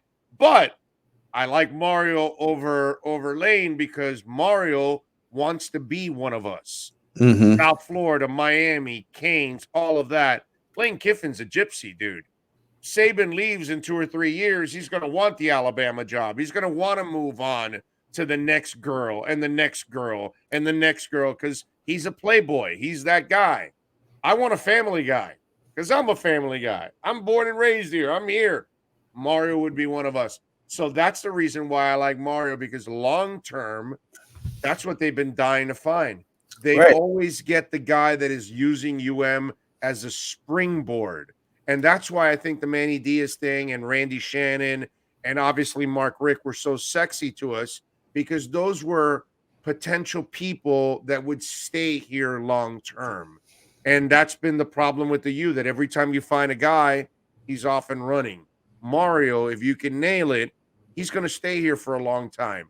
So if you have to wait a little bit to get him, it's well worth the wait because he's going to be here a lot longer than most any other candidate. That's my point. Yeah, and I think the other aspect of it, is, I know some people have written, well, you bring in the hometown guy. We've seen them do that before, right? Randy Shannon and but here's Michelle Kaufman just wrote that article, right? Actually, for the Herald. Yeah, and people have that perspective, right? Oh, here we go again. Don't bring in another Miami guy. It doesn't work. Legit. Here's where I differ with Michelle and people who think that way. Mario is an experienced head coach. Boom. He has learned lessons. Boom. That is the difference. That is it. Boom. He has learned how to win in other places and to have success in different ways recruiting. Yep. He is what you ideally wanted in a quote unquote hometown guy. A guy who went away to college, right? Like LeBron when he said, I went to the Heat for college, right? Yeah. And learned how to win and learned everything that it takes to win at the highest levels in college football. Yeah. Under Nick Saban first at Alabama and then on his own. The dude won under Pete Garcia. Right. That's all you need to know, bro. He won under Pete Garcia. I mean, if you win under that disaster, that's impressive. Then he goes to learn from the Jedi Master. And then he goes to Oregon. So he's well prepared. Mark Richt would have been that guy, but unfortunately, we got Mark at the back end of his career, and it wasn't, and health issues too. Right. This and obviously the health issues. But Cristobal's young. He's got a long future here if everything works out. And dude, he is a kick-ass recruiter. Okay, right. They needed that for a while. They have. I think as much as we sit here and praise their recruiting classes and say, oh, but they're top 20 and they're top 15. I've been on your show many times. Oh, and what have I told you? A lot of these guys are overrated, right? I've said it to you. I said they the rankings, people just buy into the rankings too much. And the reality is it's who ends up going to the NFL. And those numbers are down. The number of first round picks are down. The number of day 1 and day 2 guys is down. Like all of that is what's reality of how you win big in college football.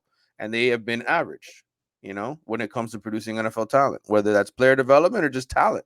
I think it's just been below average. So, or below their standard of when they were great. So, he's going to raise the level of recruiting tremendously. Somebody told me that stat that he had the number 1 player in 9 different states last year, recruiting wise during the pandemic. He was able to recruit the top player in 9 different states. So that's something that, you talk about the West Coast, right? All those years getting great players from California and Texas and he can do that. He can do those kind of things. And again, look, Manny Diaz, while I think, I said it and you said it from the get-go, Miami needed an experienced head coach. He's grown as a coach too. Now, is he the guy ultimately that could be a good coach down the road? Probably. I think if he went to a couple of other places, learned some lessons the way that Mario did, maybe he could be, because he's the kind of coach who can adapt, who will change, who won't stick with the same thing if it's not working. But right now, Mario is an upgrade without question. And if you can get him, you get him. And if you can't, then I don't think Manny's necessarily a horrible plan B. I know it's not going to make the fan base happy. Oh no, it won't. But at least he's a guy who's recruited decent players here that have helped stock your team for the future, right? You got the quarterbacks and all that, whether it was Dan Enos, whether it was Rhett Lashley, whoever. The team is in a better position now. The kids like playing for him. They play hard for him. So, if you strike out with Mario and Lane really isn't a part of the equation, and the administration ultimately decides to bring him back, you're going to have to grin and bear it as a Canes fan next year. But I think, at least they're going for Mario, which is something that I don't think they would have ever done before, and saying, hey, we're going to promise money. We're going to do this. We're going to do that. To me, that's a step forward. If they strike out, I know it sucks. It's going to suck and people are going to be upset. But, if this administration is serious, that means that next year, if Manny struggles, they fire him and they get another coach. We'll have to see. But right now, everything that I've been told since my meeting November 2nd and my conversations with people in the administration is they care what Kirk Herbstreit did woke them up. They know that they have to do better. They can't be average. They can't be 7-5, and we'll see where that takes us here in the months and years ahead. Hopefully it's a good place though, because if all of that is BS, then as a Miami fan, you might as well just pack it in, because it's never going to. Oh no! If this ends up becoming BS after all this talk, yep. I'm gonna be really disappointed in them. You know what I mean? Mm-hmm. I'd rather you just tell me from the get-go, hey man, we're not gonna be, we're the Marlins. We're never gonna spend like the Mets and the Right. Cubs and the Dodgers. Okay, we understand that. We get that. Okay, all right, that's cool. All right, that's fine. But Right. this has gotta happen. And by the way, so what you're telling me is we should have told Kirk Herbstreit to rip the hell out of the Canes 15 years ago. Is that what you're saying to me? Huh?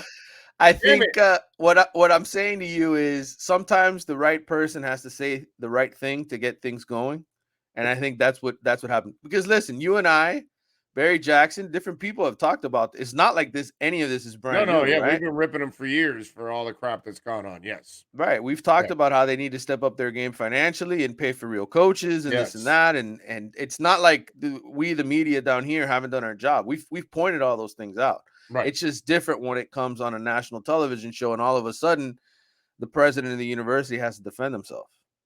Yeah. So I think that you can thank Kirk Herbstreit for doing. But other than that, this has been needed for a long time, and I think ultimately it's a good thing that all this is happening, that all these people say they care, that the Mosses and the what is it, the Ruiz guy, all the guys who say that they're going to spend money, they're saying it. Although I will tell you, somebody said this to me yesterday. They said, so where's the money? Where's this money you're promising? Where is it? Can we see it? So I don't know where that. Apparently, whether it's Ruiz or Moss, they're willing to write the check to tell Manny to go away. Right. So right. apparently one of those dudes. I think Ruiz has got. I mean, Moss has got money, and Ruiz has got even more money. So right. Yeah. Right. Apparently Ruiz will write that check and say, "Yeah, here you go. Get Manny out of here and go get Mario and bring him over." So it is. Now there was some talk that maybe they would hire the coach even without the AD in place. Mm-hmm. But because of the delays with Mario, and he still has the Utah game, and he's going to do the responsible thing with Phil Knight. A lot of people saying, "Oh well, if he leaves, then Phil Knight's going to be pissed, and they're not going to be a Nike school." And I'm thinking the other way actually. One Phil Knight, I think, understands that Mario's going home. Nobody really ever gets pissed at somebody for going home. And he knows his mom is sick and all that kind of stuff. I think Phil Knight is not going to act like a jerk. Plus, he knows Mario's good. And if he's going to turn the Canes into something good, he wants the Canes wearing Nike anyways. So, and if you're Phil Knight, you don't want to act like the dick and act like where I'm in Cleveland. Speaking of dicks, the guy that runs the Cavs. Right. Well, you know what I'm saying? I mean, that's perfect spot. So you don't want to be Gilbert, right? Dan Gilbert, I think. Dan Gilbert, yeah. Writing in crayon or whatever. You want to rise above it and be Mickey Arison and say, Alonzo, I understand you're leaving to Toronto. I mean, to the Nets. You have an opportunity with Jason Kidd to win a title. You just came off of a kidney ailment. We're in a rebuild. We get it. Zoldan ended up coming back. It became good karma because he helped them win that title in 2006. You know what I'm saying? But Mickey could have acted like a jerk. Hey, dude, I just gave you $55 million the last 3 years. You ended up with a kidney ailment, and I didn't get anything out of that. And now you're going to leave to the Nets? He didn't do that. He wished him the best. I think all these people that think Phil Knight's going to act like a jerk, Phil Knight's going to know what the big picture is.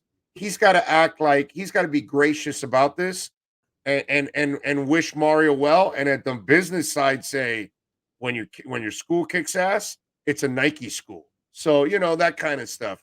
So I think. Do you see it the same way that Phil Knight will probably actually act professional about this? He'll be more Mickey Arison than Dan Gilbert. Do you agree?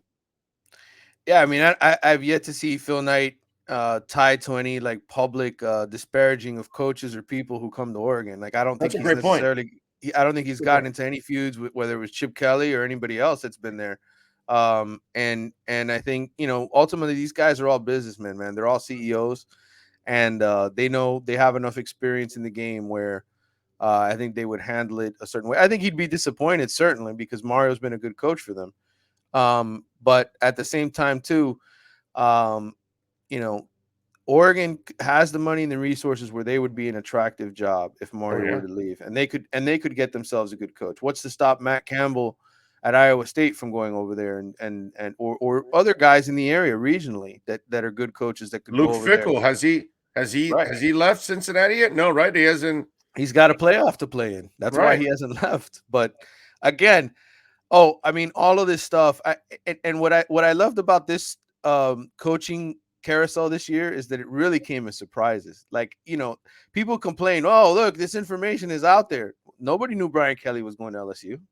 Nobody knew that. Nobody knew. I mean, no, dude, Lincoln. How about Lincoln Riley?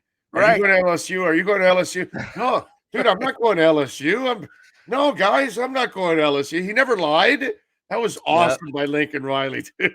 By the way, I think it's a great lesson too to the fans who complain and say, well, this information is easy to get. How come you guys don't know what's going on? Look at those two examples. Look at how smacked in the face you were by not knowing. It's hard to gather information, dude. It is hard as a reporter to gather information. Dude, you've been on the Heat beat, Yes. Absolutely, man. Anybody that's on the Heat beat, it's got to be the most frustrating thing in the world because I will say though, get anything in that place. I will say though that people who they respect that cover the team well and do a good job and are honest with the front office and they will give you the heads up, because I was told about Jimmy Butler 2 years before he ever ended up here that was something that they were trying to do. So I think as long as you do your job the right way and you're not careless as a reporter, I think you can earn their trust, because they understand too, hey, they got to use you in a way to get things done. Yeah. So nobody was better at using us than Riley, bro. Yep. Nobody. Yeah. But then at the same time, listen, Riley invited me into his office along with a couple of other people, and he takes care of us and he talks to us honestly about things too. So it's a give and take job. But Riley's awesome, man. Yeah, awesome. But it is what it is. So I just think in today's world, what I would tell people, because it's annoying as a reporter, where people are sending me pictures, screen grabs of rumors that are out there, and they're like, tell me if this is true, and it's like, all I can tell people over and over again is somebody might get lucky one day and get right with a guess, but the reality is the people who know is a very small pool, and that's what I try to say over and over again when it comes to this thing. We can guess, we can play the guessing game, but what is real and what isn't? All I can say this morning, what's real, is that Eddie Nunez did a good job interviewing with Miami. Yeah, he's got a second one, yeah. Yeah, and that it looks to me and everybody else that they're waiting to see what happens once Mario's done coaching the Pac-12 championship game. Yeah. And that makes the most sense of it all. And something tells me there was a little phone call to Mario's agent. Hey, he's good with Eddie Nunez, right? Right. And then he's good with that guy. Yeah. Because there's. And by the way, I haven't been able to connect the dots fully, but I know they follow each other on Twitter, and I know that there is a friendship of some sort between them. FYI, between Eddie and Mario. There's no doubt in my mind. Mm-hmm. Like I just told you earlier, Mario's not being mentioned anywhere. Right. Only here. Mm-hmm. Here, they're only mentioning Mario. Nobody else, not them, but the buzz around is all Mario, nobody else. Mm-hmm. So there's no doubt in my mind that whatever AD is hired, it was approved by Mario. Because there's no way Mario takes the job here without knowing who the AD is, because the AD is going to be, everything to him. And if you don't have the right AD, as you can't be headbutting with that person. It just can't happen anymore. And where he's at, he's got a guy that says, "What do you need? What do you need? You need here you go. You need that? Here you go." So he's coming from somewhere where they never tell him no. So you're up against the wall here. You got to do exactly what he needs in order to get him. You know what I'm saying? It takes time. Yeah. And people have to be patient and let it play out. And I understand there's a lot of anxiety because you don't want to be left out in the cold. Nobody who's a Miami fan wants Manny Diaz back because they think he's a failure. They think that he's not going to get it done, and they may be right in the long run. But again, what I will say about Manny, and you and I have talked about this on this show many times now. Oh, the guy at least adapts. I will give him credit for that, for not being stubborn. I think if he comes back, which at this point I don't know that that's going to happen, but if it happens, I think he's got to change defensive coordinator, right? He can't be in charge of calling the defense anymore, in my mind. And he's got to hire a really good OC that's going to excite the fan base. Yeah, and that's going to be that's going to be a challenge for him. But see, the problem is even in this strong finish, there's FSU in the middle of it, and those are the moments that still will, leave me with doubts about Manny and organization and all that kind of stuff. Because say what you want with Mario, I don't really ever see that with him, and that's kind of the difference with me, with him overall. It's just like the back end of what happened at FIU. It's just, dude, you're dealing with Pete Garcia, so eventually things are going to go awry, no matter what, because that's just the way. I don't even know how that guy kept that job there that long, to be quite honest. I'm really amazed at what naked pictures does he have over there. And by the way, they must be serious about turning around their program, dude, to hire the guy at UCF. That's the one deputy hell there. of a move, bro. Because again, I just told you about Mario.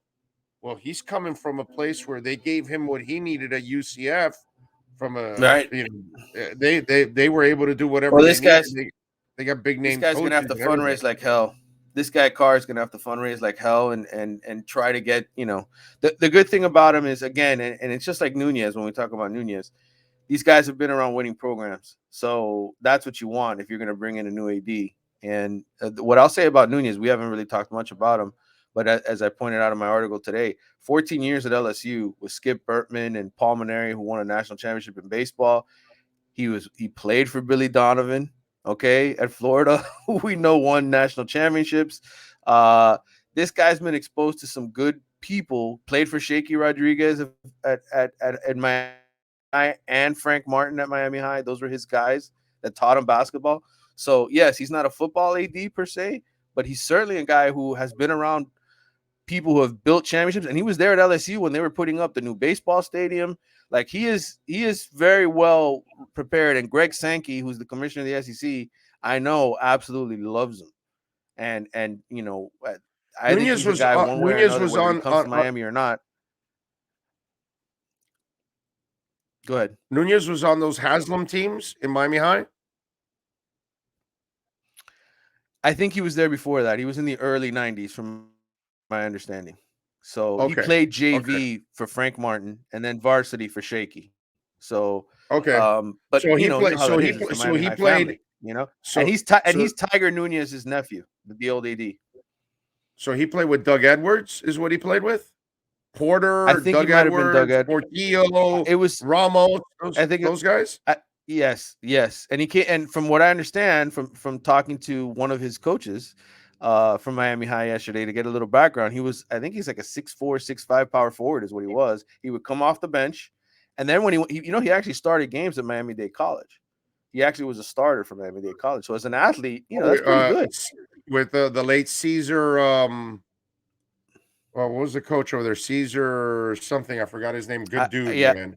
I know. The names, the database gets erased after a while, dude. Yeah, too many people to remember.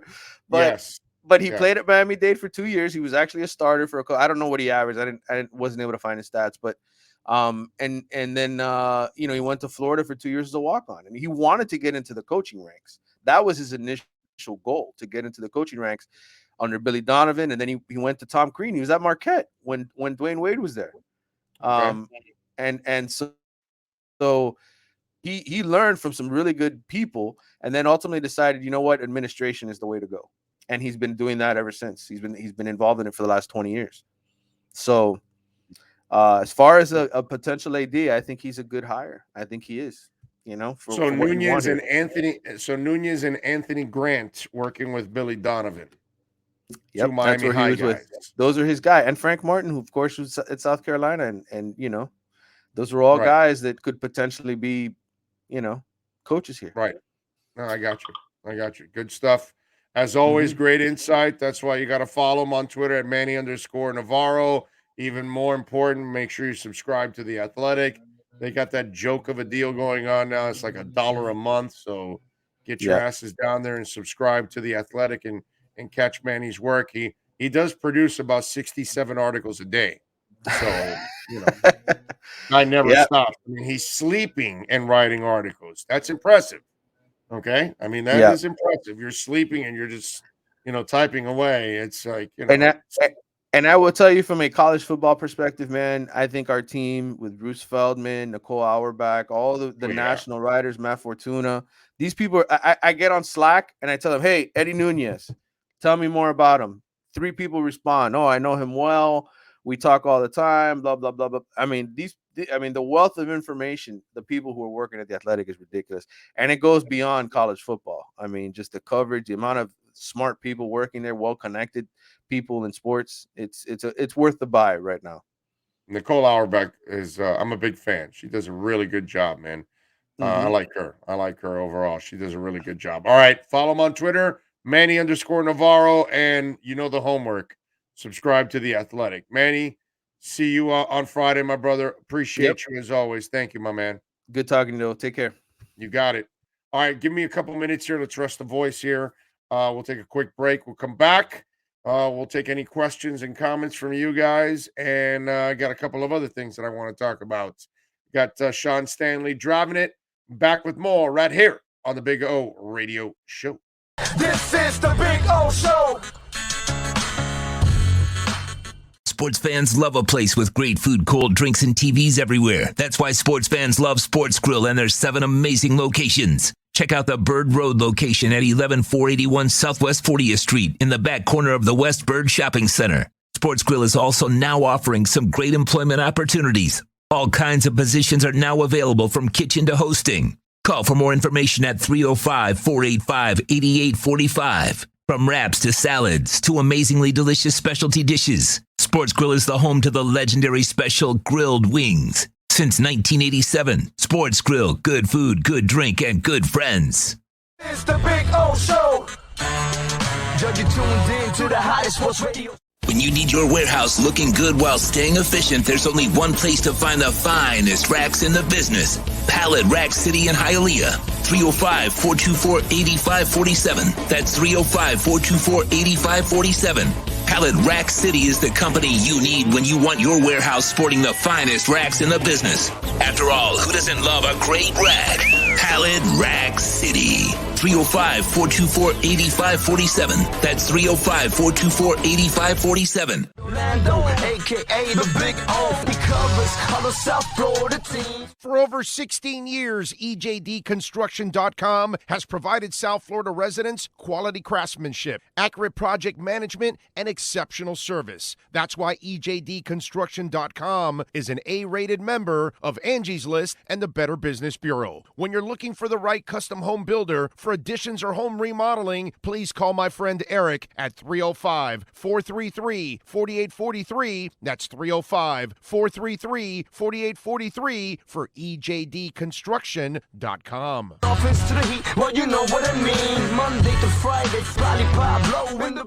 There's no need to drive around South Florida wasting valuable time looking for a new or certified pre-owned Acura. Go to the #1 volume sales dealership in the Southeast United States. Craig Zinn's Acura of Pembroke Pines. Purchased with pace and space in a dealership tailored to your needs. From home buying to providing that personal touch. Contact the 2020 Satisfaction Award winner Craig Zinn's Acura of Pembroke Pines. 888-776-5123. That's 888-776-5123. Or visit them at 15601 Pines Boulevard in Pembroke Pines. Show on the radio, the top's where we gonna go, Miami, that's the way we roll.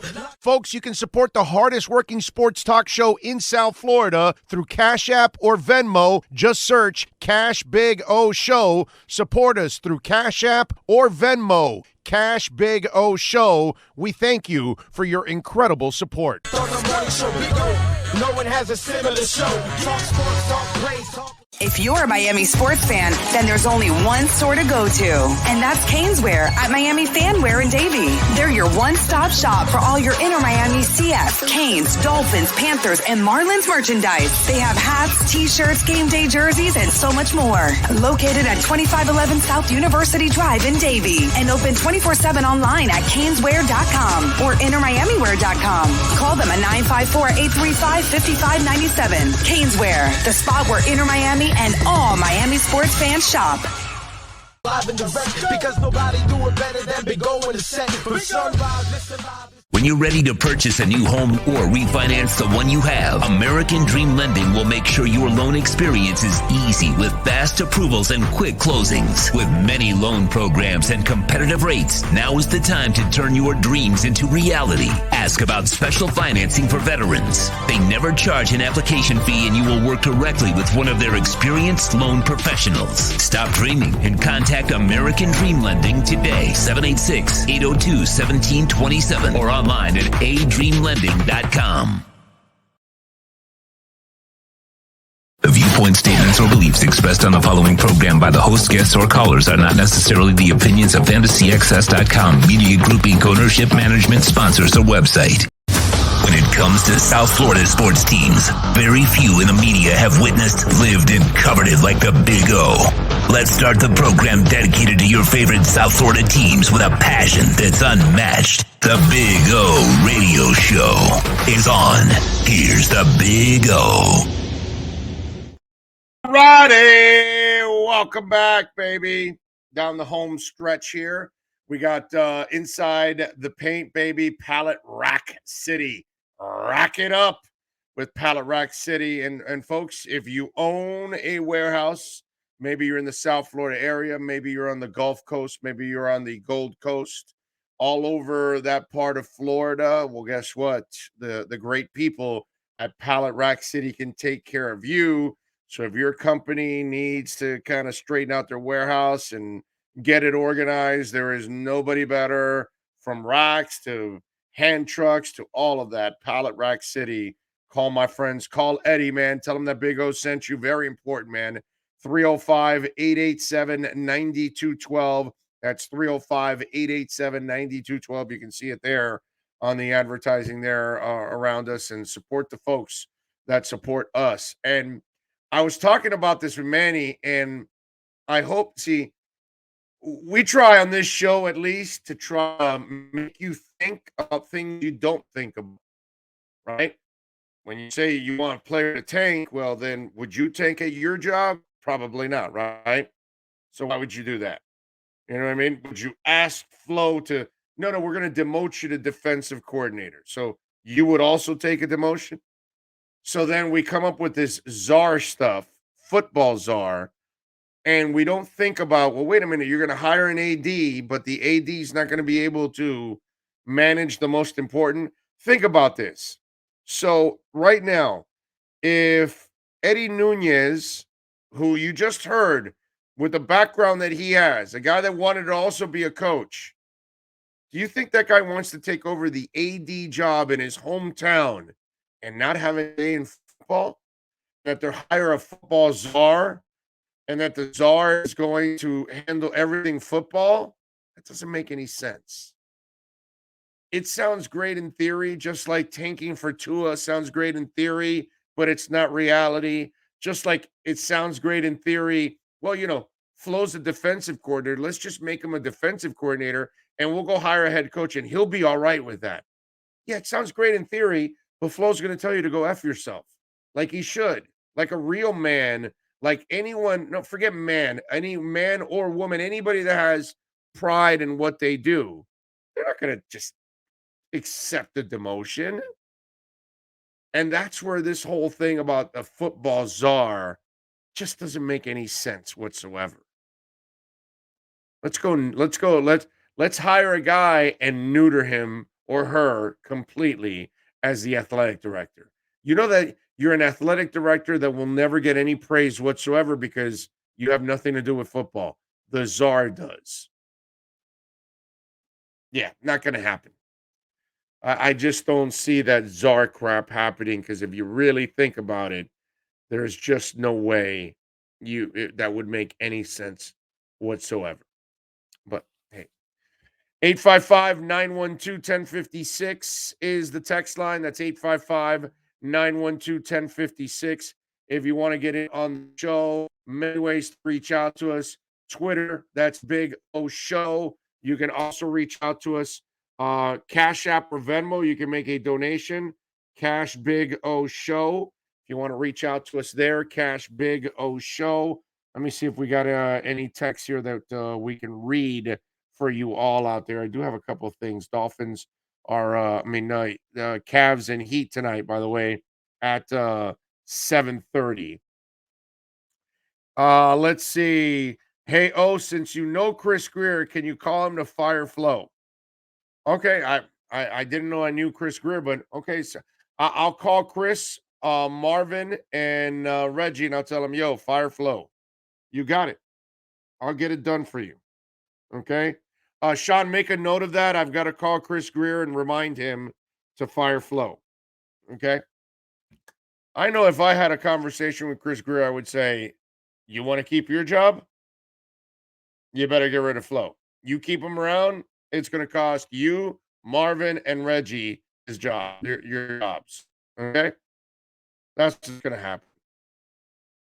One guy says, don't see the show on YouTube today.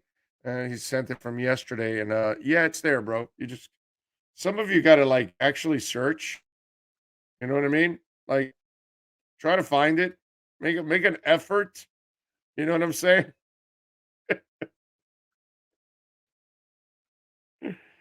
Oh, I love how some of you out there it's just like, no, there's no show. Well, we recorded a show. It's there because there was. Now, we didn't have a long show yesterday, and I appreciate all of you for hanging in there. And today, listen, today's going to be a little shorter than normal, too, at 2 hours. You know, I was laughing at it's just kind of, I trip out on all of this stuff because so many of you had no patience for Tua, and a lot of you now are changing your tune on Tua. So many of you did not have patience on a lot of these rookies, and now you're changing your tune on all these rookies. So many of you had no patience with Chris Greer. You were silly enough to try to blame him for stuff that happened 5, 10, and 15 years ago when he wasn't in charge. But now all of a sudden you start looking at all these drafts and the way the players are playing, and you're starting to see that, you're kind of silly in thinking that the front office was the problem. It's really more, like I've said over and over and over again, it's coaching, right? So I'm laughing because I see where Dan Orlovsky is praising Tua. And it's funny because we've been talking about this the whole time from the get-go. And here's, let me see, it says Orlovsky on Tua. And this is from a Barry Jackson article that I saw this morning. It says, very rare does Tua hold the football. He puts his foot in the ground and gets the ball out. The number one thing I feel watching Tua play the last month is, what if? What if you get the kid an offensive line? What if you get him another receiver or two? I firmly believe if that happens, if they do the right thing and protect him, then he'll become a Drew Brees type player. No shit. God, I wonder who's been saying that from day one. That if you get him, I go a little farther than Orlovsky. You got to get him a running game too. You get him a line of running game and another wide receiver besides Waddle that's reliable. You get him an OC and an O-line coach and a QB coach, by the way. And yes, now all of a sudden he will become one hell of a player. He'll be a Pro Bowl caliber player. He'll be a franchise quarterback for you. Tua is a franchise quarterback. But if you want to treat him like crap and not protect him and not give him what he needs in order to succeed, he's going to struggle. Just like any of us are going to struggle if you don't provide us the support we need. Your child in life is not going to survive if you as parents do not support them emotionally, physically, financially, all of those things. If you're a teacher, you want your students to be better, you got to support them. You got to educate them. You got to encourage them. You got to motivate them. That's part of making them better. We all need support in every environment that we're at. None of us carry anything on our own. You know, Tyler Hero, where you're going to hear from the guys for the next hour. If Tyler Hero goes to Sacramento, he will be a different player than if he goes to Miami. He will be a different player if he goes to Orlando than he goes to Miami. Why? Because the structure and the support is different. It's superior in Miami. And you've got to do the right things. You can see Steve Young in Tampa and Steve Young in San Francisco. You know, it's the way it goes. You know, you got to have that support. And when I hear Orlovsky talk about Tua that way, it's like, yes, I've been saying that for months now.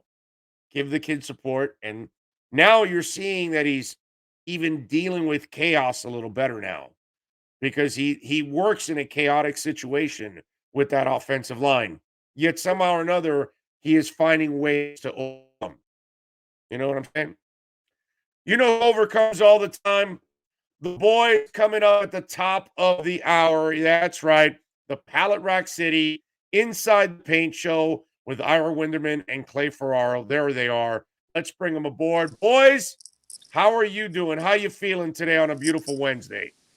You know what? A little bit crisp weather here, but I don't want to be the South Florida wuss. I did wear a sweater to the Heat game the other day, and I think the out-of-town riders are looking like from Denver, like, really? You think this is cool? As they were there in their short sleeves. So, yeah, unusual weather time. And it's interesting, to what you just pointed out also about the Tua talk and things like that, especially in the NBA, and Clay and I are going to get into this extensively. The Heat, you could look at it, if they lost 3 of the last 5, is the sky falling?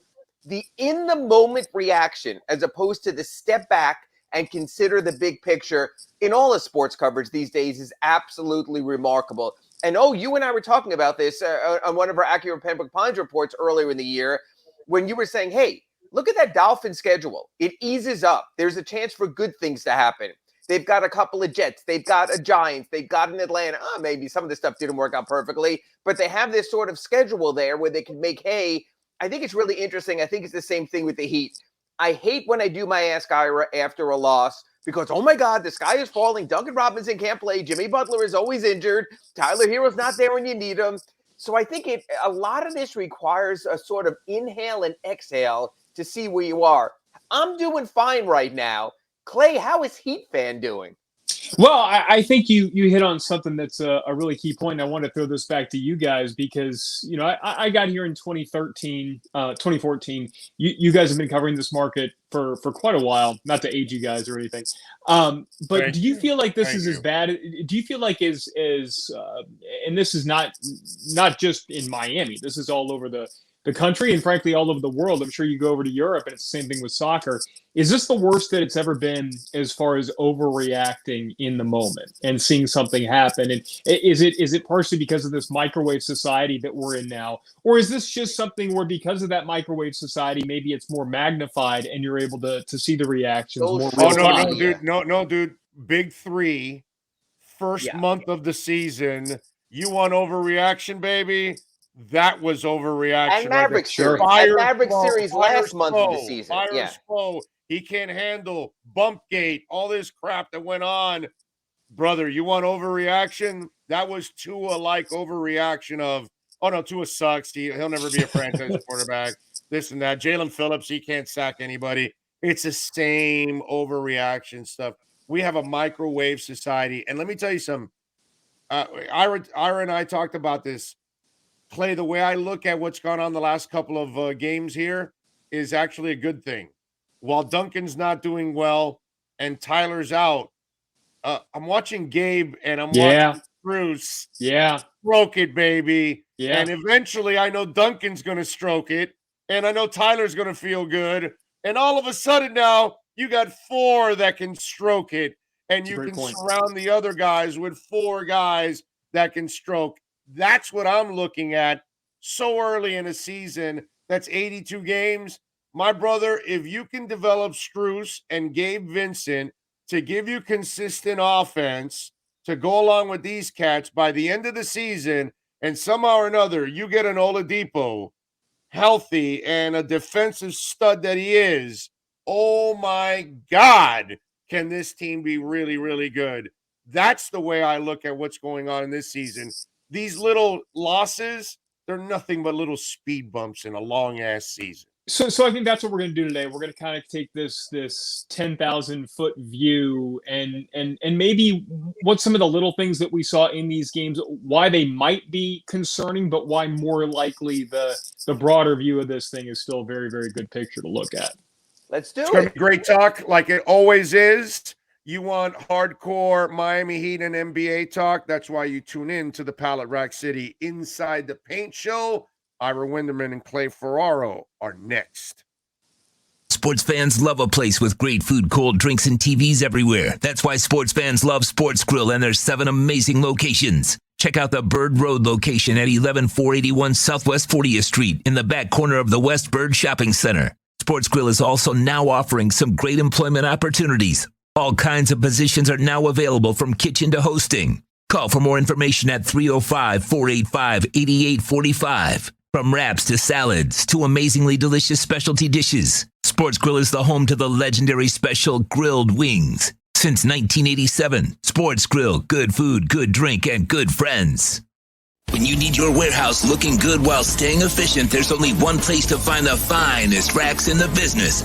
Pallet Rack City in Hialeah. 305-424-8547. That's 305-424-8547. Pallet Rack City is the company you need when you want your warehouse sporting the finest racks in the business.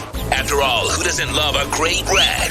Pallet Rack City. 305-424-8547. That's 305-424-8547. Beliefs expressed on the following program by the host, guests, or callers are not necessarily the opinions of FantasyXS.com, Media Group Inc. ownership, management, sponsors, or website.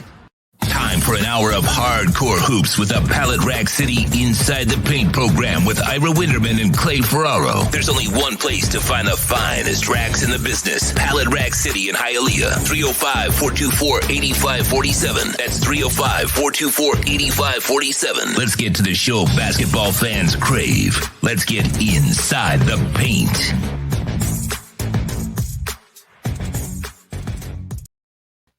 Good Wednesday morning, everybody. Clay Ferraro, Ira Winderman here with you on Inside the Paint. And we are here, Ira, to take Heat fans' finger off the panic button a little bit. Or I don't know, maybe Ira has a different plan. Maybe he's going to much like we asked you guys to pound the smash the like button, Ira wants to smash the panic button on what we're seeing with the Miami Heat right now. But, as Ira mentioned during the crossover, they've lost 3 out of their last 5.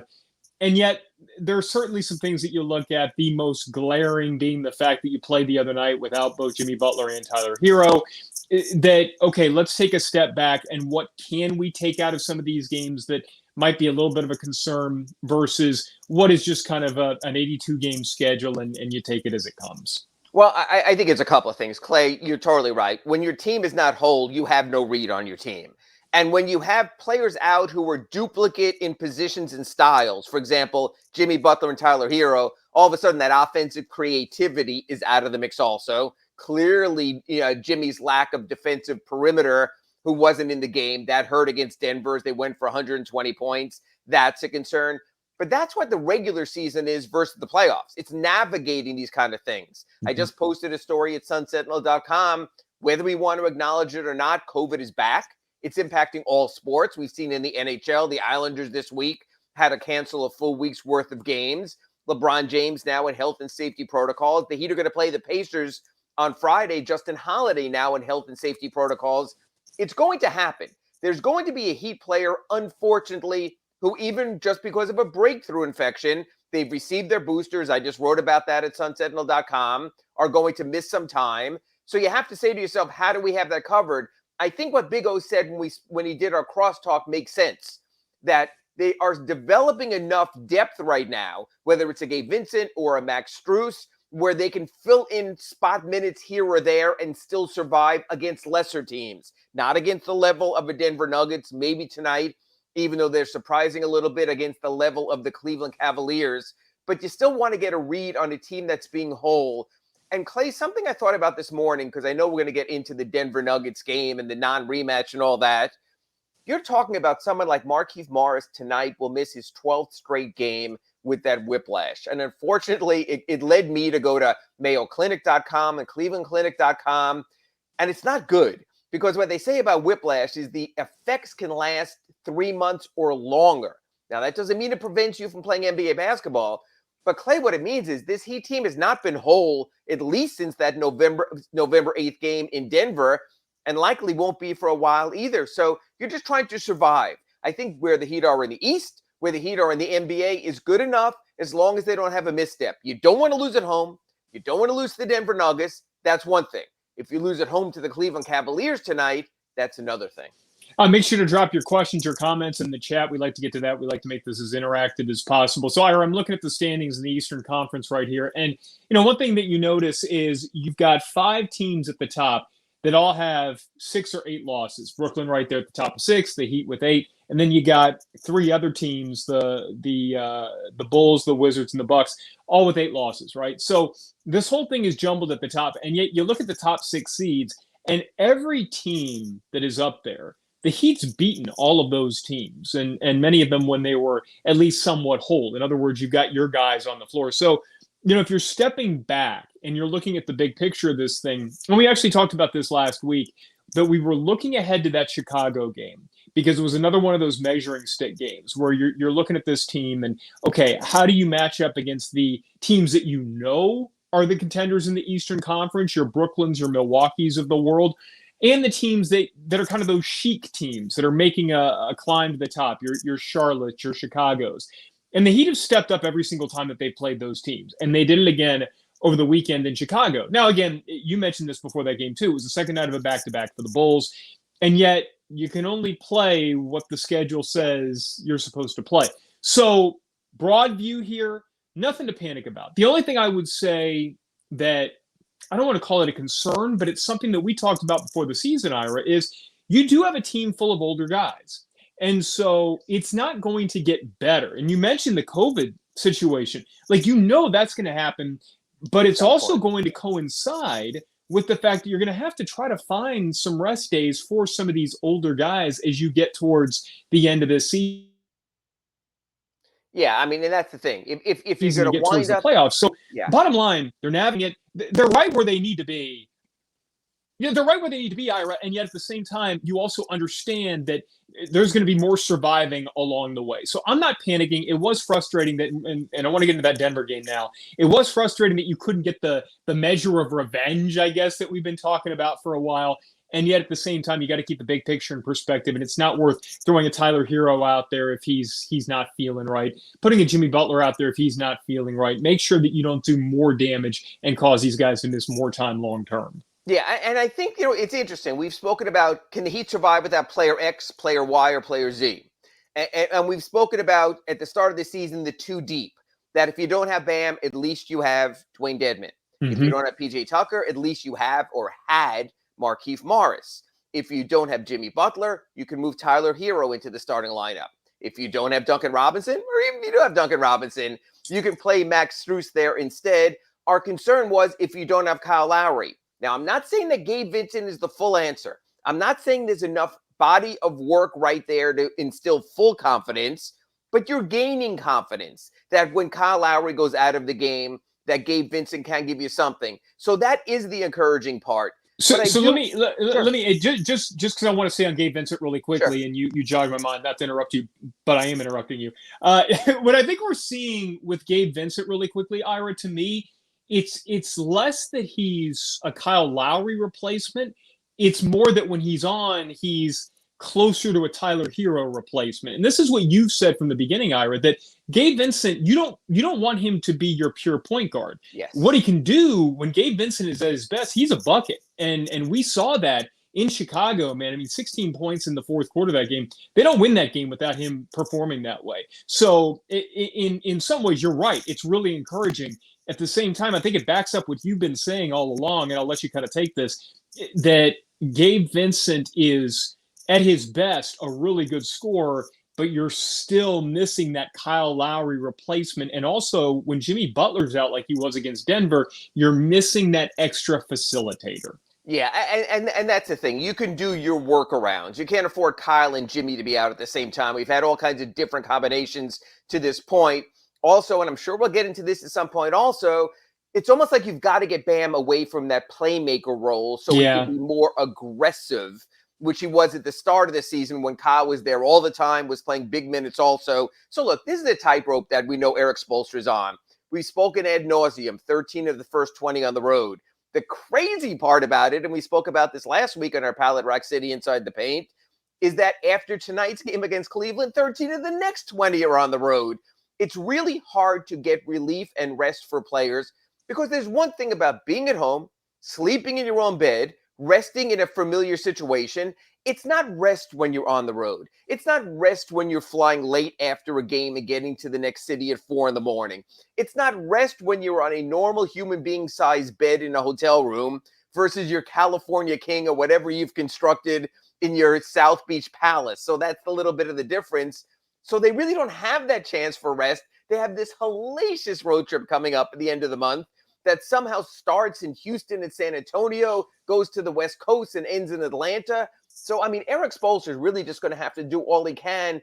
And again, and I know I get tangential and you bring it back so well as Mr. TV host, but also the problem is the back end of this roster, that you have 4 or 5 unusable, unplayable, not playable players here. Victor Oladipo, we're still waiting. Marcus Garrett in the G League getting seasoning. Udonis Haslem break open in case of emergency. KZ Okpala, has anyone seen him? Is he on a milk carton right now? And Omar Yurtseven, who's clearly not ready. That's the problem, Clay, is you're talking about a full third of your roster are not plug and play. The Heat have done a very good job getting to 10 or 11 deep right now. But in these crazy times, believe it or not, sometimes you need even more than that. You know, and you talk about bringing it back, and I do want to talk about, you know, this upcoming schedule. And we do this a lot because we want to make sure that everybody's on the same page moving forward.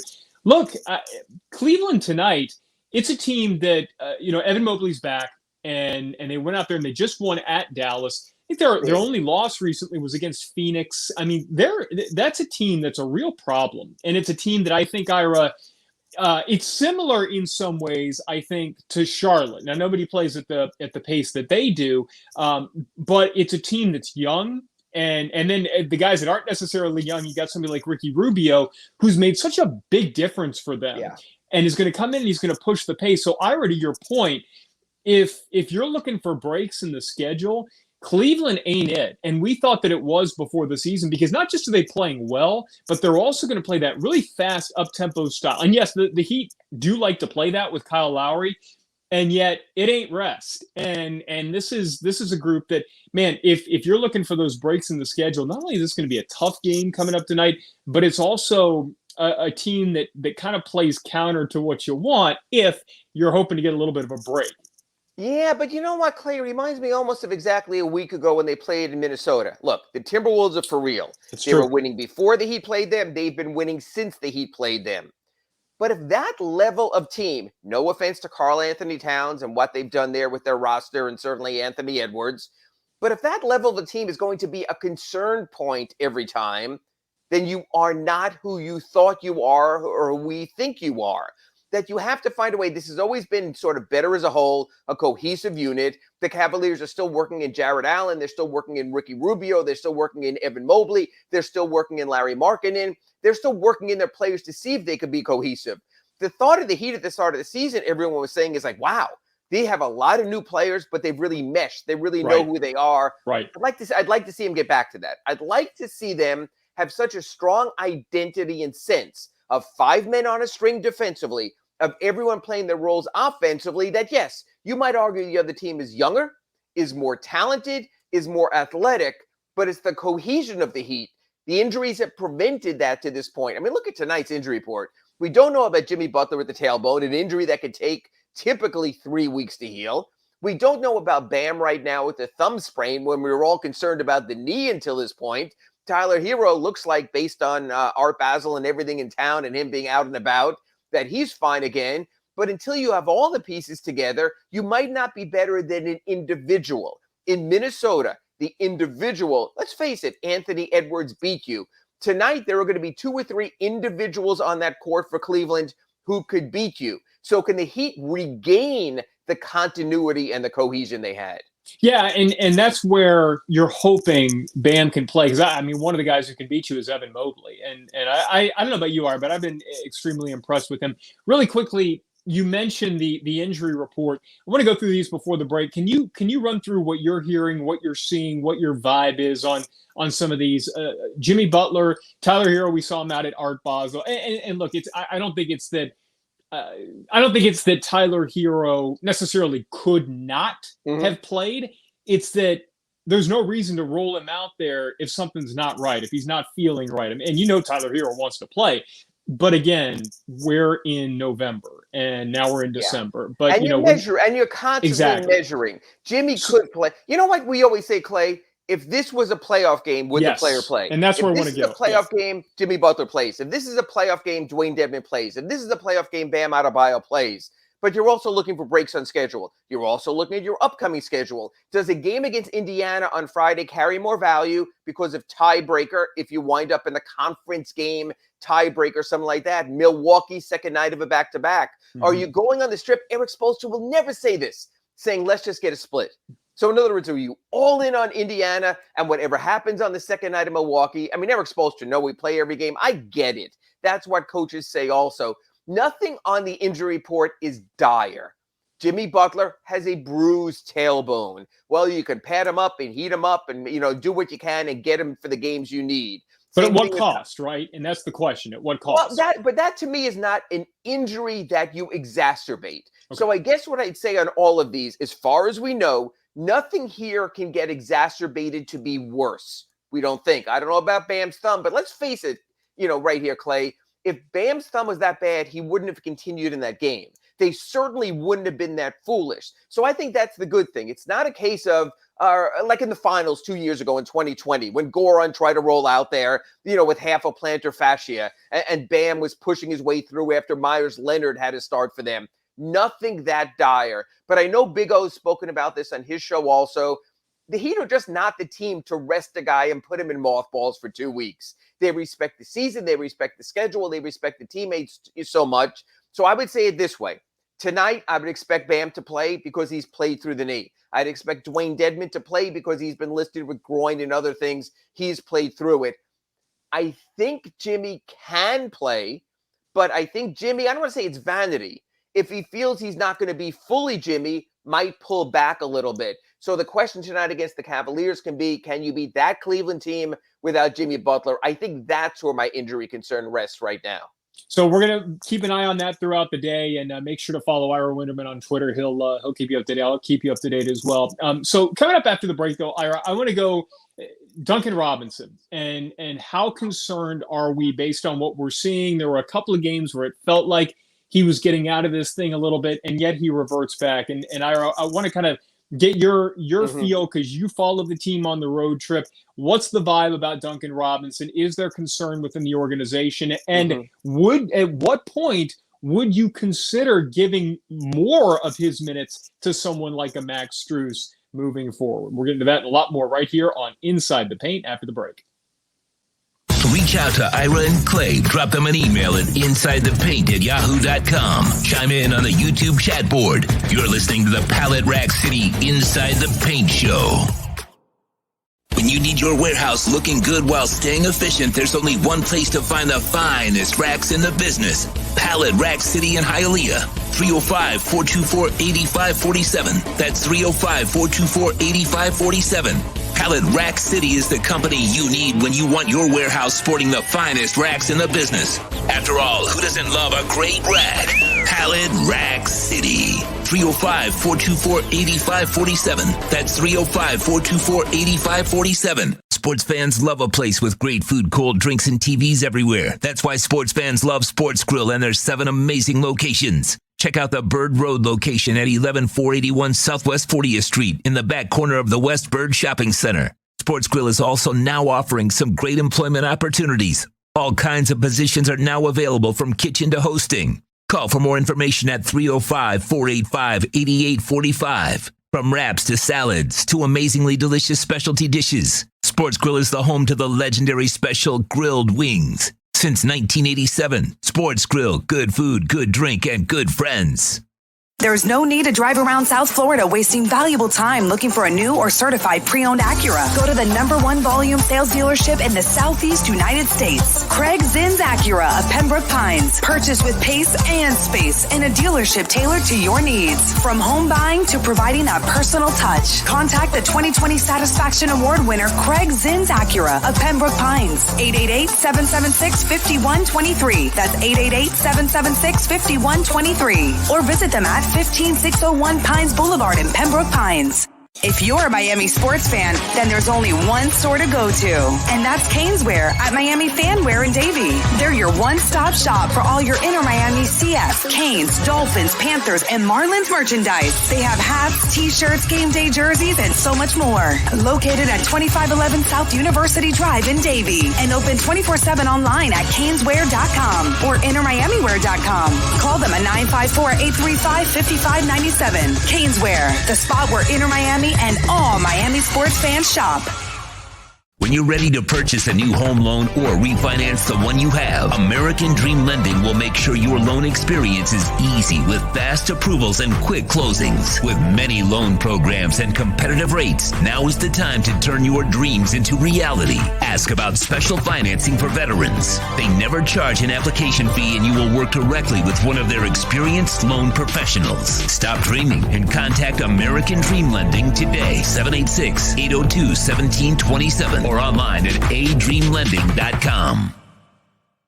Welcome back to the Pallet Rack City Inside the Paint program with Ira Winderman and Clay Ferraro. Let's get back to the guys that just updated their email from Prodigy to AOL. Here's Ira and Clay. I'm about to have to upgrade my internet from Xfinity if this thing doesn't start working again here. We're going off of LTE here on Inside the Paint. I've been there, and I think Orlando is being there right now. And Clay, as bad as you might think it is at home, and look, I've dealt with all the providers, and if you can even get them to answer the phone, it'd be nice. There is no worse feeling than rushing into a hotel room, signing up for the internet there, and having no idea what's going on. And it used to be you'd have Ethernet cords in hotels that are not wired that way. And it's so up and down half the time. You might remember this. You're a little older. Remember Max Headroom? MTV? Yeah. And so and it was okay to be like that with your head going back and forth. The new Coke.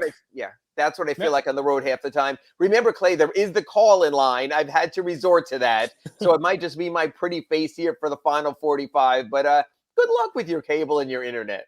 Yeah, I think the LTE we're good to go. And by the way, Xfinity usually works really well. I'm just not sure what the issue is today. So, Ira, before the break, we were talking about Duncan Robinson, and I want to get into not just Duncan, but some other Heat players that may not quite be living up to what we were hoping for. Duncan being first and foremost. I want to talk about Bam a little bit as well, because I think those are two very, very different stories, guys who are falling short for very different reasons. But let's start with Duncan.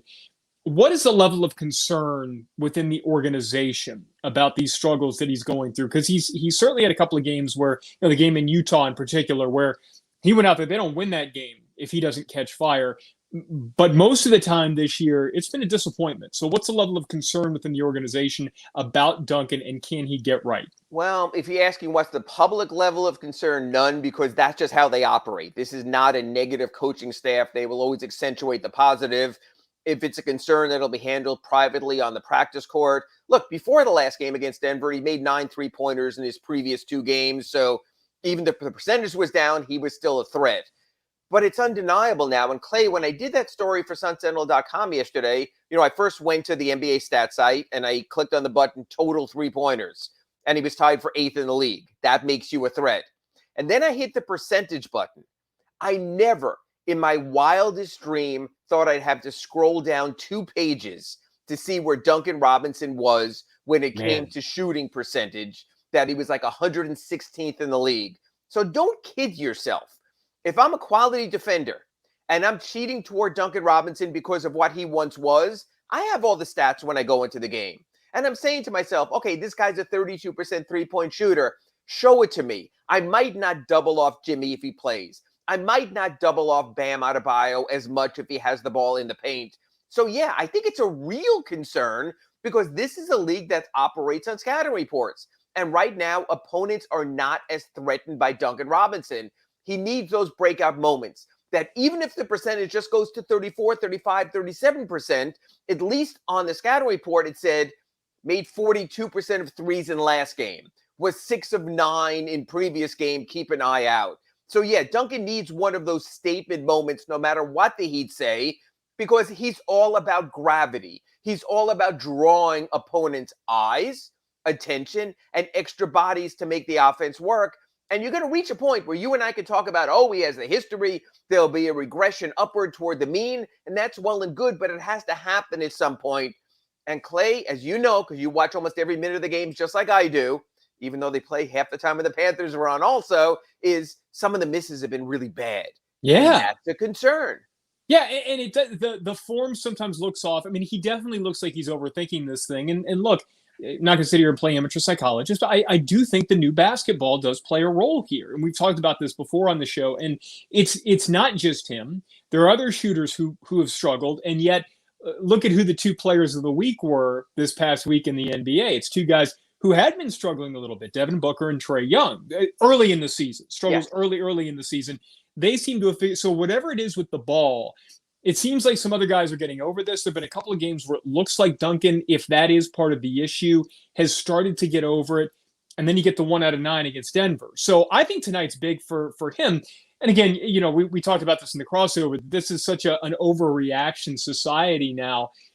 I don't think it's an overreaction to say Duncan needs to see the ball go in the rim, go in the hoop a few times. And because it's just a shooter, man, it's just such a, everything is so, it's a mental game. It's also repetition. It's, man, when you shoot, I'm not good, but like you can kind of feel it when you get going, you see the ball go through the hoop. I can only imagine what that's like for an NBA player when you get the expected result versus when you don't, and you start to doubt yourself and you start to change up what you're doing. And here's the thing is his numbers are so different road and home. Mm-hmm. He's been Duncan Robinson pretty much on the road. He's been very poor at home on his threes. And I think what happens, Clay, is this. The home crowd, when Duncan used to line up for a three, would be like, oh, and they're ready for a celebration.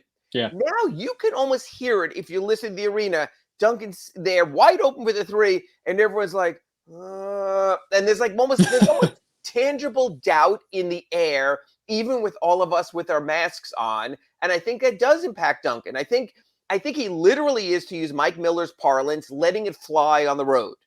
I think at home he's overthinking it because he can sense the vibe in that building. It's one thing if you let down the road fans, the few who might travel to road games. It's another when you let down the home fans and you hear that audible groan when he misses his three-pointers at home.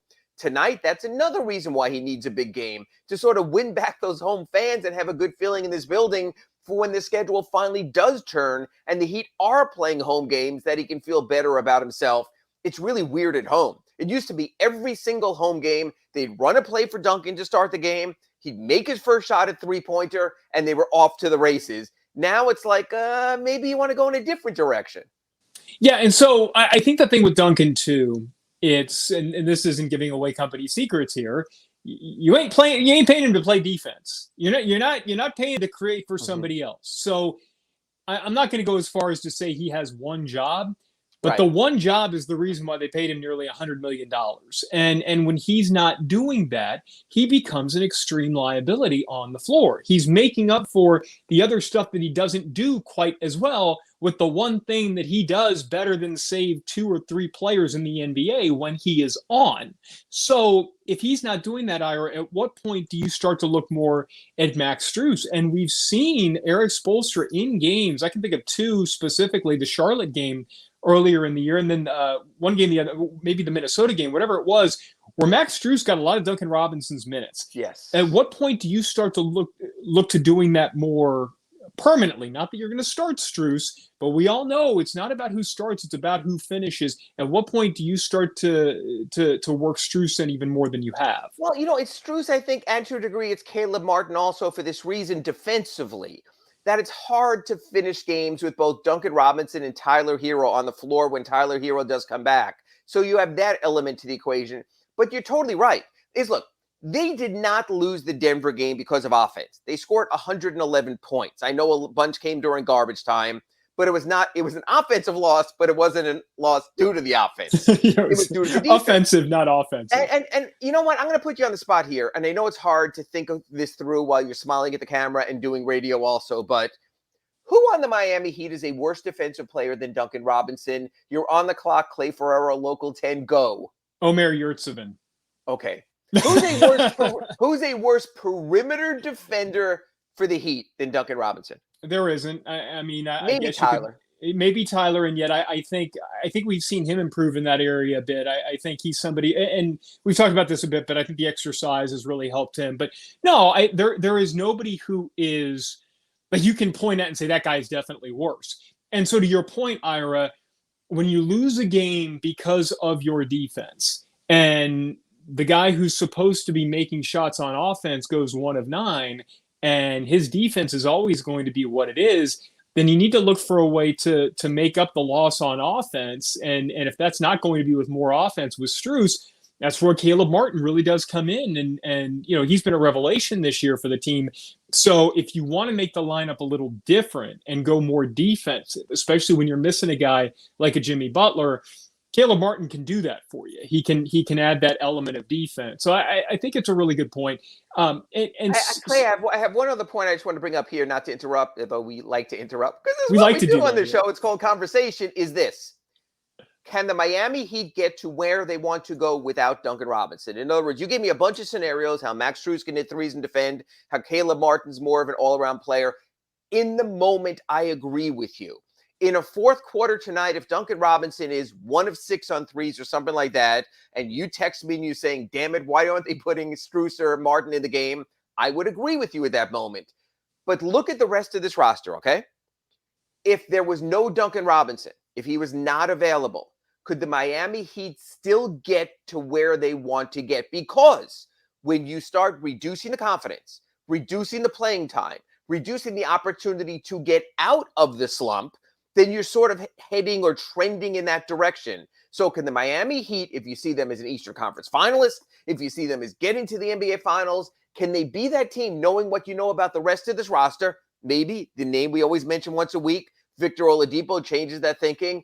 Can they get to where they want to be without Duncan Robinson being Duncan Robinson? Can they? Yes, but they would have to reinvent themselves a little bit along the way. I mean, there's no doubt that the lanes open up for Jimmy Butler and Kyle Lowry and even Bam when he's attacking the basket more because you've got the gravity of Duncan Robinson, of guys going towards Duncan Robinson, and you got PJ Tucker in the corner. So you're pulling defenses apart both at whatever corner PJ Tucker is at and wherever Duncan Robinson is. So I think right now, and this gets back to your original point, I don't know how much more gravity Duncan Robinson pulls than a Max Strus if Duncan continues down this path. Like before, and you mentioned the scouting report, like it's bodies flying towards Duncan Robinson. Correct. It's everybody's got their head turned to make sure that the guy who's his primary responsibility, if he's not there, then somebody's going to have to go out and account for Duncan Robinson. So, like, your eyes aren't necessarily in the right place. You hear that a lot in football, that if you're on defense and your eyes aren't in the right spot, you're going to get beat somewhere else. So it opens it up for easy buckets. If you're not that worried about Duncan Robinson, and we're not there yet, but we might be getting to that point, then you're going to have to look for a way to reinvent yourself. So do I think they can? Yes. Do I think it would be hard? Yes. I think the path of least resistance is keep working through this with Duncan. But at some point, you do have to kind of reassess. And hopefully this isn't something that's permanent. Hopefully this is just a quarter pole of the season. If that, maybe this is just a blip, and the next 20 games or so, we'll see something completely different. And you know what, Clay? And I've had a bunch of readers, and you could see it in my comments on Twitter also. They point out to the bad contracts that were never recoverable. They point to the Tyler Johnson contract. They point to the Dion Waiters contract. They point to the James Johnson, hero of last night's Nets victory over the Knicks contract. That's right. The Hassan contract to a degree also. I think Duncan Robinson has a little different comportment. I think Duncan Robinson is the guy who will do every last thing he can to shake himself out. I think guys like James Johnson got comfortable. I think a guy like Dion Waiters got comfortable when it came to his conditioning, at least. I think a guy like Tyler Johnson, probably at the end of the day, was overpaid the way that contract was structured. I don't think this is in any way, and this really pisses me off. We always go back to I the know money. where you're going with this, and I was about to say the same thing. Always go back to the money. And I understand in a salary cap league, you have to. You only have X amount of dollars, X amount under the luxury tax. This is not a guy getting fat on I've got $90 million. Now I'm going to do my podcast and push my donuts and things like that. That's not who this guy is. I have seen guys who that is. They've got paid and they're done. They had their moment. It's hard. NBA work is hard. It might not be as hard as construction or being a fireman or something like that. But if you are dedicated to your craft, it is hours and hours and hours of sweat equity. I guarantee you that Duncan Robinson has doubled down during this time period. And at no time has said, I am set for life, baby. It's not who he is. The podcast thing bugs me. And so you mentioned something like this because you had a conversation with Tyler Hero about something similar. This was a ways back. And you said, look, I want to let you know what I meant by this. So I'm going to bring back what you said, that it's not that people were questioning whether Tyler was putting in the work last year or saying he was not. It was right. When you are doing all of these extra things, there becomes an extra layer of scrutiny and almost an extra level of responsibility, because if you don't perform and you're doing all these other things, then people are going to naturally question, why are you not performing at that level? It just a coincidence that you just got the contract, that you're doing podcasts, that you're now getting some sponsorships. That doesn't mean that you are not putting in the work. It's unfortunate that people do start to point as some sort of factor, but it's also the nature of the beast here. And the only way, Ira, that you get people to stop saying anything is make the basket. Yeah. I mean, it's that simple. Hit your shots. Like Tyler did at the start of the season from the preseason forward. We haven't heard anything about that. Yes. Nothing. Nobody's making fun of Tyler's Chipotle bowls anymore, or the Tyler cereal or his outfits or anything, because he's meeting the on-court expectations and you go forward. And that's just the way it is in this league. Duncan is disappointed a lot. Duncan has the support of all his teammates. And I got to tell you, Clay, I have been in scenarios with players where players, at least if not publicly on the side, have told me, this guy's not putting in the work. This guy has stopped. This guy has regressed. I have heard none of that. You can go through the entire 16-player roster. There is no one who's going to tell you, man, Dunk is letting us down. They might joke about it. They might kid about it, but they see the work that's going on. And you know what? If the work stopped, someone like UD would be up and in his face and making sure the work didn't stop. That's not part of this. He's just missing. It's like, it's like a golfer having the yips. For whatever reason, it's not that the effort's not there, it's that he's just going through something. You can go through something for a week or 2 weeks, or honestly, now it's been a month, but it can't be 2 or 3 months. And it can't be at the biggest moments of truth. Let me ask you this, Ira, because you see this a lot in the NFL with quarterbacks, and really it's more in college football, where you have a young quarterback, and I'm not saying Duncan Jung, but you have a young player who is going through some of these things and kind of overthinking it and not just letting it rip. Is there a point where you say it benefits him a little bit to just let him sit out a little bit and let him kind of view things? Or is it better to let it? I'm not saying you bench him for a game, but at what point do you say, okay, take a step back? You're grinding too hard almost, and you kind of reach that point of diminishing returns. No, I don't, for this reason, Clay, and don't take this the wrong way. He was 1 of 9 his last game. If he doesn't play tonight, he's still 1 of 9 his last game. And that's still what I'm going back to.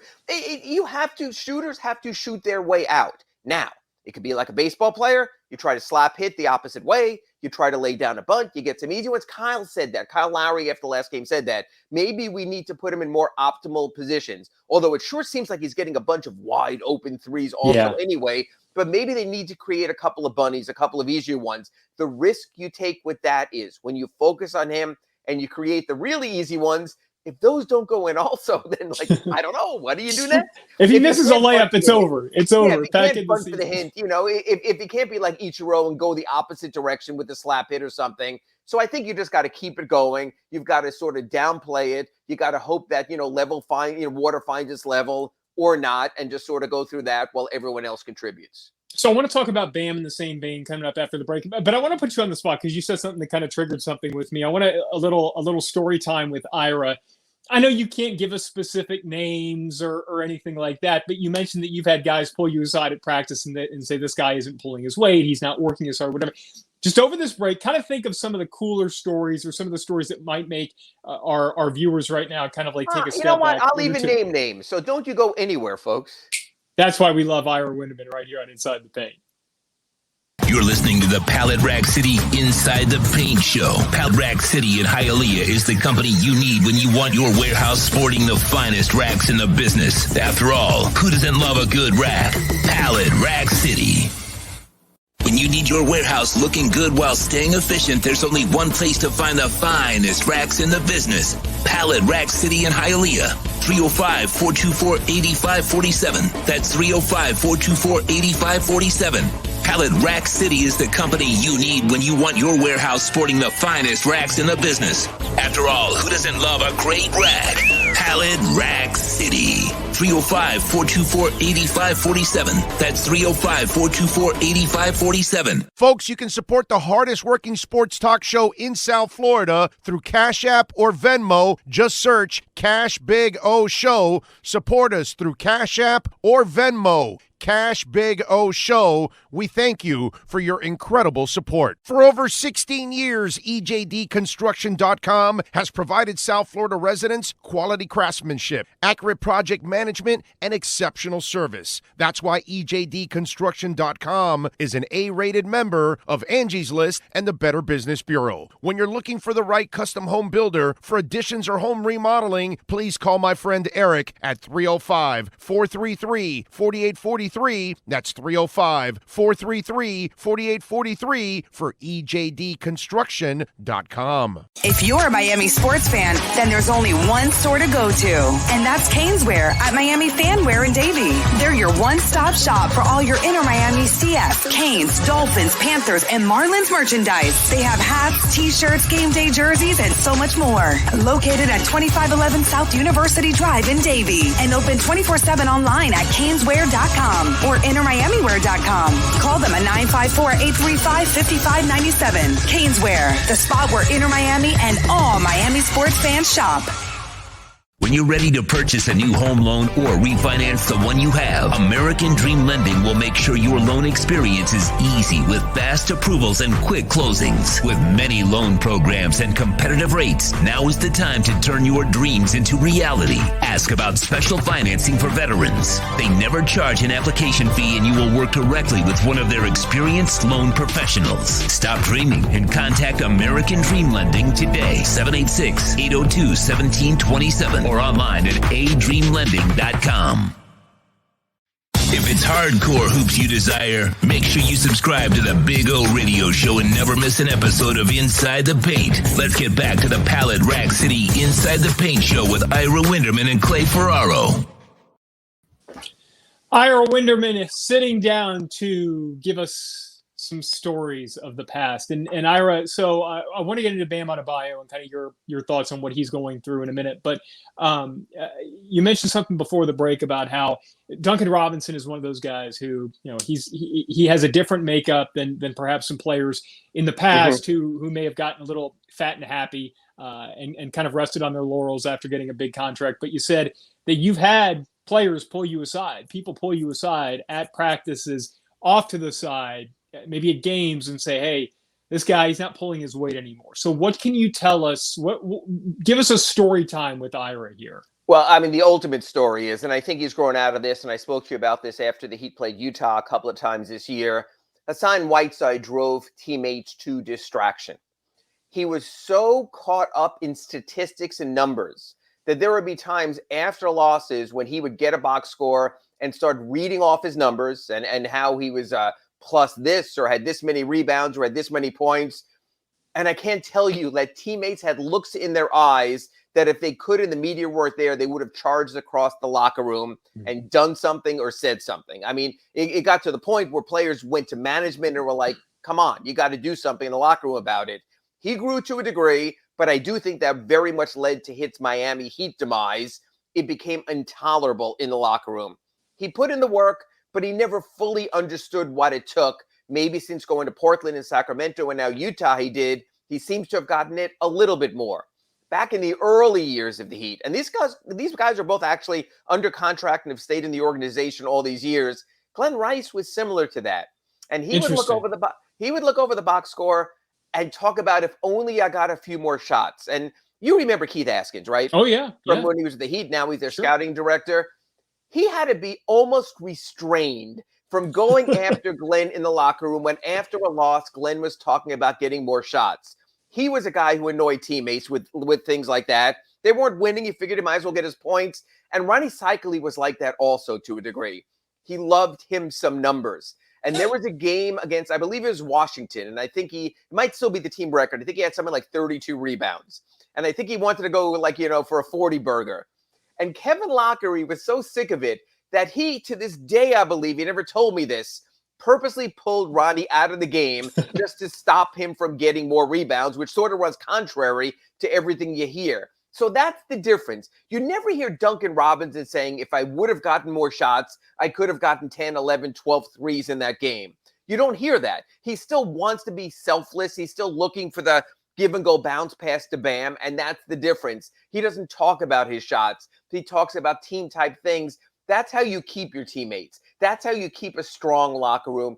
I don't know if there's any guy in this locker room, honestly, who, if you were next to after a game, would look at the box score intentionally, unless, and I've seen this, and this is a good thing. I've seen Kyle do this. I've seen Jimmy do this. I've seen Bam do this. Look at the turnovers. Yes. Look at the negative. Look what he couldn't. And you'll see a guy like that. I might not have noticed after the game. And I might say, hey, you got a double-double tonight, and you also got 7 assists.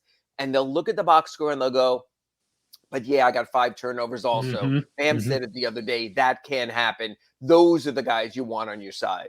Do you have any Michael Beasley stories? Anything that you can share? Anything? No, it's just that Michael Beasley was just wired differently. So you would have this hellacious loss, just this sort of, heartbreaking last-second shot, and he'd be singing in the locker room after the game. He just, however he was wired, however, his brain functioned or whatever, and that bothered teammates also. But it was never malicious. Never malicious, right. He was just a silly person. As a matter of fact, I'll give you sort of the examples. 2 of the silliest people to ever be in the Heat locker room were Michael Beasley and Shaquille O'Neal.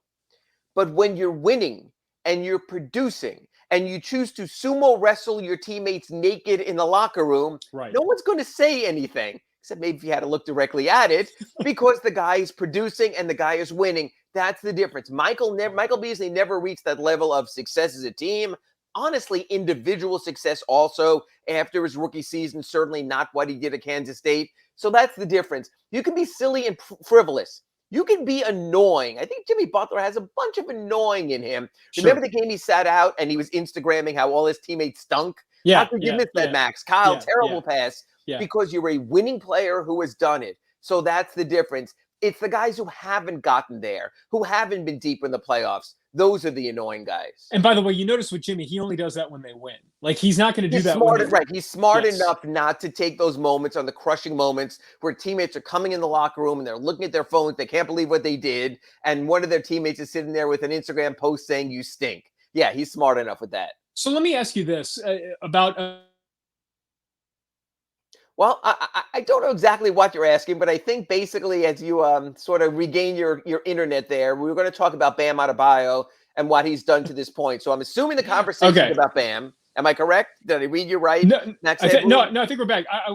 I wanted to ask you. I wanted to ask you about Michael Beasley really quickly, and this was something that I had heard a while back. So confirm this if you can, or deny this if you can.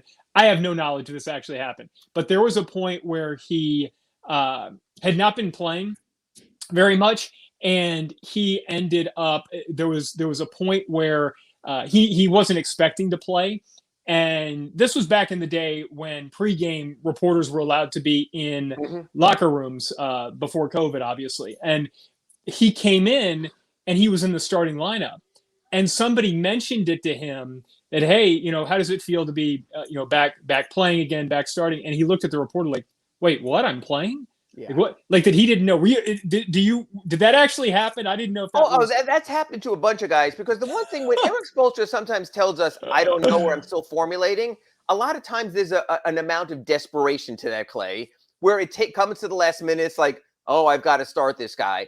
And the difference with the Heat is why they want to know is this, and we don't see this. There are brutal 2-on-2, sometimes 3-on-3 practice court games up there, where Udonis Haslem is insisting that the Omer Yurtsevins and the Kaziak Palas work their butt off before the game, most likely with the assumption they're not going to play that game. So those are ongoing. We don't see it get to the arena early. You might even say to yourself, hey, why isn't this guy out there? Why isn't UD shooting? Why isn't Kaziak Pala out there? Because the Heat have a practice gym. It's alongside Biscayne Bay, where they hold their regular team practices also, and the guys go up there. Jimmy, who's just crazy, plays in those games also, and then plays his full 38 minutes during games also. So that's a little bit of the difference there. So you have that going on. You have sort of a pregame game, and then sometimes guys do find out at the last minute. But you know what? Udonis Haslem is this thing he calls where you have to get your body fired. And you'll see Udonis when we're on the road in the hallway going through an incredible workout to build that lather of sweat so he's ready to go also. And you know what? That's the lesson that the Michael Beasleys have to learn. You've heard this so much, it almost becomes cliche, but, be ready so you don't have to get ready. Get ready. Right. And you hear that a lot with backup quarterbacks in the NFL too. Okay, final few minutes here. Bam Adebayo, he jammed the thumb the other night, and, hopefully that isn't something that's an additional concern. But you mentioned something last week for people who may not have been able to be with us on the show, that every day when he's questionable, or even during practices, but game days in particular, he'll go through the warm-up with Malik Allen, and then trainers will actually have to measure the swelling in his knee, to determine if he's able to play a game. So where does that stand? Is that something that is ongoing? Are there any plans, to your knowledge, to not? You mentioned this in the last, so I don't want to re-ask a question you already answered, but is there a point where you look at this and say, look, the swelling is not a good thing. We need to back off just so he can get better, because it's not going to get better if he's going out there playing every single game. I look at back-to-backs more than anything. So I know it's interesting, Clay, because we did our show last week on Friday because of the Thanksgiving schedule. That day, the Heat practiced in Chicago. That day, Eric Spoelstra told us on Saturday, for the first time, Bam was able to do his post-practice drilling, where he works with Malik Allen and Udonis Haslem, goes through 30 or 40 minutes of extra work. That was the first time in a long time. He said that Saturday. So maybe we are past that, and we are past the worst of it. To me, I still keep an eye on all these back-to-backs, because to me, that's where the real strain comes in. So again, by the time we talk next week, we'll know more about this. But I am curious, the back-to-back, Indiana on Friday, Milwaukee on Saturday. Yes, you don't want to lose to the Bucks. But a matter of fact, I would put it this way. The more likely concerning tiebreaker for the Heat at the end of the season probably will be Indiana than Milwaukee. I think Milwaukee's finding its legs. They are who they are. I think they'll be an elite 1 or 2 seed in the Eastern Conference. You don't want to get to that 4, 5, 6 thing and Indiana finds their legs. You've already lost your first game to the Pacers this year. You don't want to wind up 0-2 in a head-to-head deficit. So I am curious. I think we'll get a little more window into the durability of the older players, Kyle Lowry, PJ Tucker, to a lesser extent, Jimmy Butler, but also into Bam's knee to see how Eric Spoelstra manages this back-to-back. Now, in a perfect world, you have an easy enough victory tonight over Cleveland. Maybe you don't practice on Thursday, so there's not the strain on everyone. You play it out on Friday, you go to Milwaukee, you don't have the concerns. You're going to have Sunday off before coming home and playing Memphis next Monday.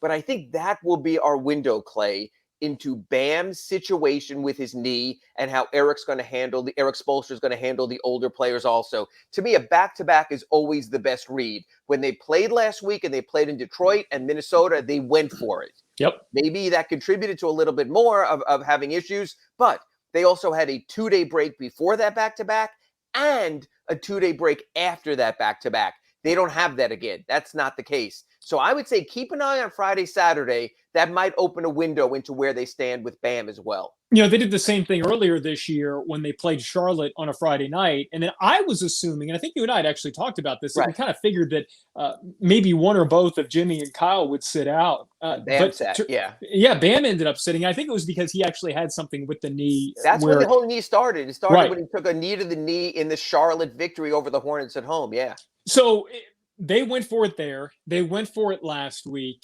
How much of this do you think is the NBA kind of cracking down on it, and saying, if you're going to rest guys, we understand don't do it on the road. You know, the NBA has kind of made it clear they want the stars to play on the road because they want other teams' fans to be able to see opposing team stars in their building when they travel there for the 1 or 2 times a year. More than that, they wanted our national television games. So as much as Heat fans might have groused about the lack of national TV games for the Heat, I think to a degree, Clay, that works in their favor also because the league's not getting mad. We put you on TNT, we put you on ESPN, you're not giving us your best product. So I think they escape that a little. They don't have a lot of national TV games. The ones they've had, they pretty much played it out as is. Doesn't count the NBA TV games like we saw on Monday when Tyler Hero and Jimmy Butler were out. So I think that helps them also. And I also think Pat Riley and Eric Spoelstra and Andy Ellisberg and Nick Harrison and Adam Simon don't give a rat's butt about that. I think they are more concerned about their team's health. They will manage it how they see fit. The difference is, unlike the old days with Greg Popovich, they will announce it ahead of time. So maybe you see a whole bunch of guys listed as questionable on Friday, just so on Saturday, it's not a surprise when they pull into Milwaukee and give player X, Y, or Z a day off. Let's bring it full circle here. We talked about this in the crossover and then at the top of the show, but Cavaliers coming up tonight, and it's a team that I think we all expected when you play the schedule game and schedule wins, schedule losses. This is one of those games that you were marking as a W before the year, and yet this is a much different team than I think any of us have expected. The guys to look out for, Evan Mobley is back, and this is a team that just went into Dallas and won. The only loss in the past few games, they lost at home to the defending Western Conference champs in Phoenix. I mean, this is a team that is playing well. It's not just that they're beating cupcakes on their set. They're playing well. What are you looking out for tonight, both from a Miami perspective so they can get right, guys like Duncan Robinson? What are you looking for specifically with Miami, but also how do they counter what Cleveland has done well to this point in the season? I call these games scatter report games. When you have a day off, you have a unique opponent, a unique individual challenge that I think Eric Spoelstra is really going to sort of scout and go for counters. Okay, Jared Allen does this well, but he goes for blocks also. How do we mitigate them? How do we draw him out of the paint? Maybe we go with a smaller lineup. Larry Markkanen's not a great defender. How do we get him in cross matches and switches and things like that? Ricky Rubio pushes with the second unit. How do we mess up the younger player in Darius Garland with the starting unit? So I think this is a scatter report game. The Heat did not hold a full practice yesterday, but they went through their full preparations. They didn't have a shoot around today, again, because of the injuries. You need bodies to actually be on the court. But I think this is a film session game. And the one thing I think you'd agree with, Clay, Eric Spoelstra and his scouting staff and his video staff, when they get time to prepare for specifics, do a really good job. So I think you're going to watch this game and saying, oh, that's what they're doing against that guy. Oh, that's how they're trying to mess that guy up. I think this will be a scatter report game. I think this will be more of an IQ and mental game necessarily than if it was on the back-to-back or something like that. And by the way, that's why you're confident in this team come playoff time that they're going to be better than they have been in the regular season. Is there does come a point in every series where it's just mano a mano and you're talking about, hey, can one guy beat the other? Right. But there are also those very, very small adjustments that can become major things during the course of a short series, and that's what you're looking for if you're a Heat fan come playoff time. But for the regular season, it's a big game coming up tonight against Cleveland, and I don't know that we would have said it was a big game, but it certainly is. And then that back-to-back. And this is, again, Ira, we're kind of waiting for the schedule to soften up a little bit, and they're going to get more home games coming up. Right. This is one of those weeks where you can't take a breather. You can't take your foot off the gas, especially after you lost to Denver. So I'm looking for them to come out again, as they have against every Eastern Conference opponent they've played so far this year that's been kind of on the come up. I'm looking for them to come out and make a statement. I hope Jimmy can play. I hope Bam can play, because I think they're going to need him. Yeah, and again, playoffs, you're healthy, you're fine. That's the thing. This team, when not whole, is not the same team. It's kind of basic. You're not healthy, you're just not as good a team. But tonight will be a test. I expect most, if not all, the guys on the injury report to play. I think Jimmy Butler's your biggest question mark. And that is it for the Big O show today. Thank you guys for hanging out, both with us and with O. Before we tip things off right here, we will see you next week right here on Inside the Paint. You've been listening to the Pallet Rack City Inside the Paint program with Ira Winterman and Clay Ferraro, exclusively on the Big O Radio Show. Search Big O Radio Show on most platforms. Subscribe and smash the like button to support Inside the Paint. If you want your warehouse sporting the finest racks in the business, there's only one choice: Pallet Rack City. For over 25 years, South Floridians have counted on Tommy B. Butts Jr. Enterprises for their roofing needs. In South Florida, we battle the sweltering heat, rain, winds, and all kinds of tropical storms. That's why when it comes to protecting your family, home, or business, call Tommy B. Butts Jr. Enterprises.com. 954-735-9826 or 954-394-1411 and ask to speak to Tommy, the owner. They specialize in all kinds of roofs. All work fully guaranteed with the customer's complete satisfaction. A+ rated member of the Better Business Bureau. Licensed and insured. There's no buts about it. When your roof needs repair or replacement, go to TommyB.ButtsJrEnterprises.com. A certified white mean contractor. This is the